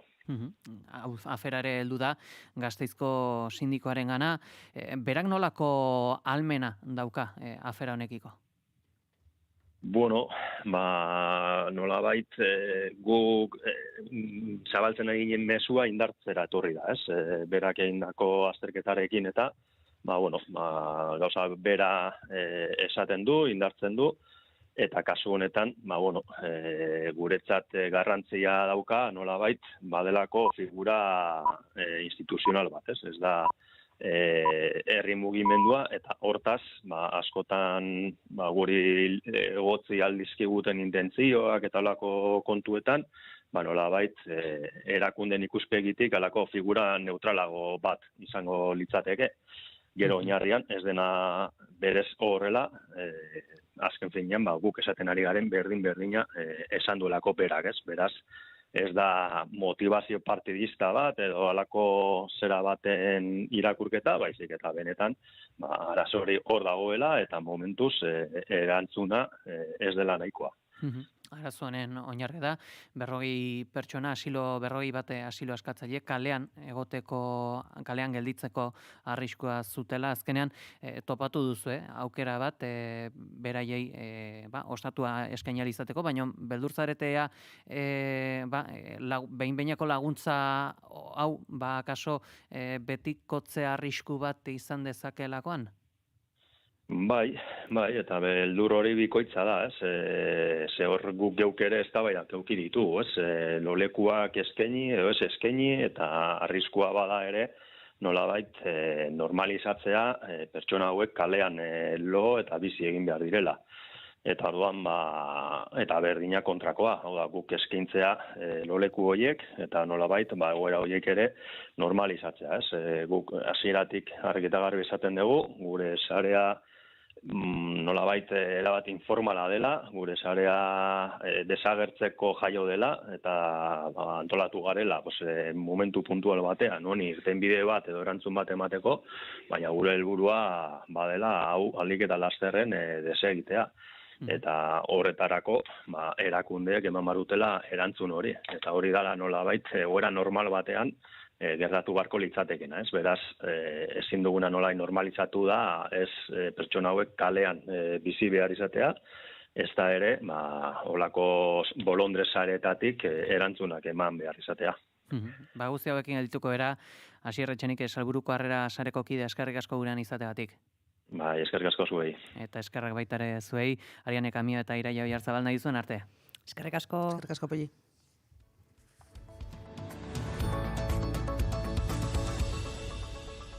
Goizeko 10 dira, Santiago Abascal boxeko buruzagiak zabaldutako bulo baten arabera Euskal Autonomia Erkidegoko indarkeriazko delitu egileen 70% magrebtarrak dira, bain zuzen AFP albiste agentziaren fact-checking zerbitzuak horixe berak gezurtatu du poliziaren profilari buruzko datuak eman ditu eta zifra ofizialen manipulazio interesatua azpimarratu du. Lander Martínez, egunon. Egunon Pegi eta egunon entzuleok 2026ko maiatzean sare sozialetako hainbat erabiltzaileek ziurtatu zuten magrebtarrek indarkeriazko delituen 70% baino gehiago egiten zituztela. Araban, Bizkaian eta Gipuzkoan hilabete horretan 4.600 aldiz baino gehiagotan partekatutako mezuetan. Baina Magrebeko herrialdeetan jaiotako pertsonen atxiloketak guztien 29,2 izan dira aurtengo urtarriletik martxora bidartean. Ertzaintzaren datuen arabera, zifra birala ere ez dator bat kontsultatutako adituek violentotzat jotzen dituzten delituekin. Informazio faltsu hori ere isa sare sozialean partekatu zuen La Gaceta de la Iberosferak, Santiago Abascalek zuzentzen duen Fundación Disensoren jabetzako edabideak eta Abascalek berak ere AFP-ren fact-checking zerbitzuak aurretik ere egunkariaren buloak gezurtatu izan ditu. Migrazioaren alderdi negatiboak nabarmentzen dituen narratiba desinformatiboa baina eta berriz errepikatzen da AFP faktual erakundeak lehenago egiaztatu duenez. Jatorri jakin bateko pertsonak ditu jomugan. Edabide espainolak magrebtarrak esaterako 2025ean Magrebeko Mauritania, Maroko, Algeria, Tunisia eta Libiako nazionalitatea zuten Euskal Autonomia Erkidegoko biztanleak 39.926 ziren, hau da guztizkoaren 1,8%. 2026ko lehen 3 hilabeteetan magrebtarrak atxiloketen 1,9,2 eta ikertuen 1,6,3 izan dira. Kontuan izan behar da ere ikertuak eta atxilotuak ezin direla talde berdinean sailkatu, izan ere ikertuetako asko ez dituzte atxilotzen eta aldi berean atxilotu guztiak ez dute kondena jasotzen, hau da ez dira errudunak. Gainera, hainbat ikerketaren arabera populazio migranteak atxilotua izateko arrisku handiagoa du, poliziak joera duelako profil jakin batzuk susmagarritzat jotzeko. Racial profiling deritzo fenomeno horri, baina finean arrazakeria hutsa baino ez da.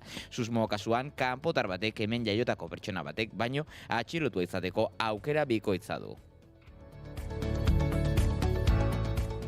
Eta besteak beste, naiz eta gara parte diren Baigorri argitaletxea hizketa automatikoki ezagutzeko sistema integratzen ari da euskarara egokitua irrati programak eta podcastak transkribatzeko. Honek edukiak taldeko edabideetan azpitituluekin eta edukiaren segmentazioarekin argitaratzeko aukera emango du. Baigorri argitaletxea komunikazio taldeak eraldaketa digitalaren prozesuan aurrera egiten jarraitzen du adimen artifizial eleanitzean oinarritutako estrategia integral baten bidez. Horrela, euskarara egokitutako mintzamena automatikoki ezagutzeko sistema ASR-a integratzen hasi da. Edabide taldearen baliabideen irisgarritasuna, eraginkortasuna eta informazioaren kalitatea hobetzea du helburu ekimenak. Hizketa automatikoki ezagutzeko sistema integratzeko proiektua urrats garrantzitsua da, besteak beste irrati edukia modernizatzeko eta eskuratzeko bidean. Proposamenak teknologia hori webguneko edukien kudeatzailean sartzea aurre ikusten du, plataformara igotako irrati programak eta podcastak automatikoki transkribatzeko aukera emanez. Transkripzio horiek azpititulu gisa aurkeztuko dira webgunean eta argitaratu aurretik kazetariek berrikusi eta zuzendu al izango dituzte. Proiektua martxan jartzeko Baigorrik Elujarren laguntza izango du euskarazko hizkuntza ereduan eta sorkuntzan esperientza ematen duena bai itzulpen tresnetan, baita hizketa ezagutzeko sistemetan ere. Eguraldia eta trafikoa naiz irratian. Eta albistegi amaitu aurretik ere informazio praktikoari begiratuko diogu. Esan behar dugulako istripu bat izan dela Bizkaia 636 errepideko 31. kilometroan Balmasedan Bilboko norantzan. Bestalde aipatuko dugu ere Bilbo inguruan ohikoak izaten diren autopilaketak amaitutzat jo dituela trafiko zuzendaritzak. Hau esan da, gaurko eguraldiaren berri Iker Ibarluzea lankidearen eskutik izango dugu. Eguraldiak berriro ere okerrera egingo du ostegun honetan.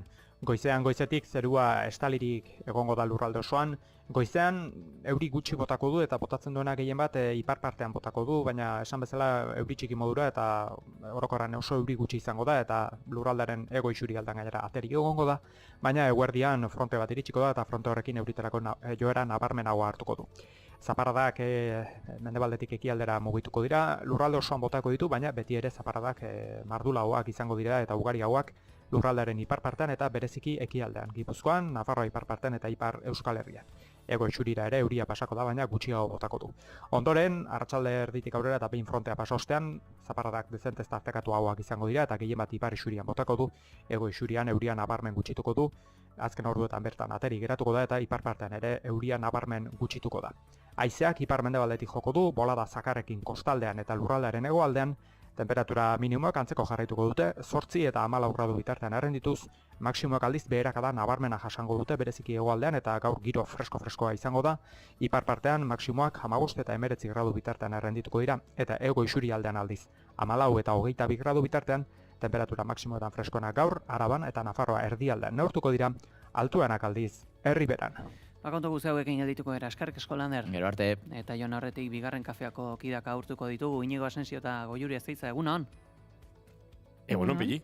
Ui, Goiuri begira geratu zait? Egunon.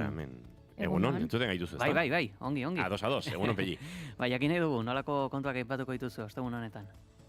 Nausika Sánchezekin hitz egingo dugu, Txidalekuko arduradunarekin, berarekin udarako programazioa zaharituko gara. Udako solstizioaren inguruan, ekintza asko antolatu dituzte, eta guretzat toki berezia da Txidaleku, gizuen 1000. Saioa bertatik ospatu genuela, eta jakin nahi dugu, ea udararako zer dagoen prest. Eta Ruben Mejuto eta Marta Alzate izango ditugu gurekin hemen estudioan.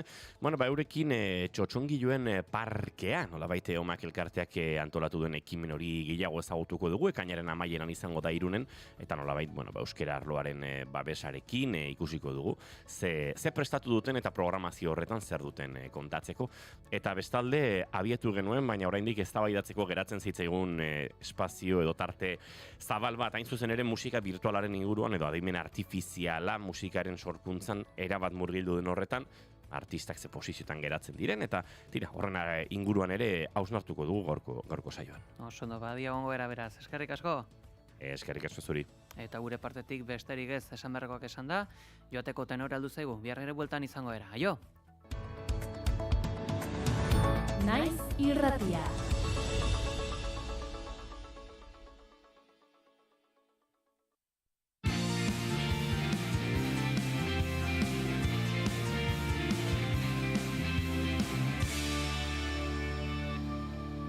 Naiz irratian, bigarren kafea.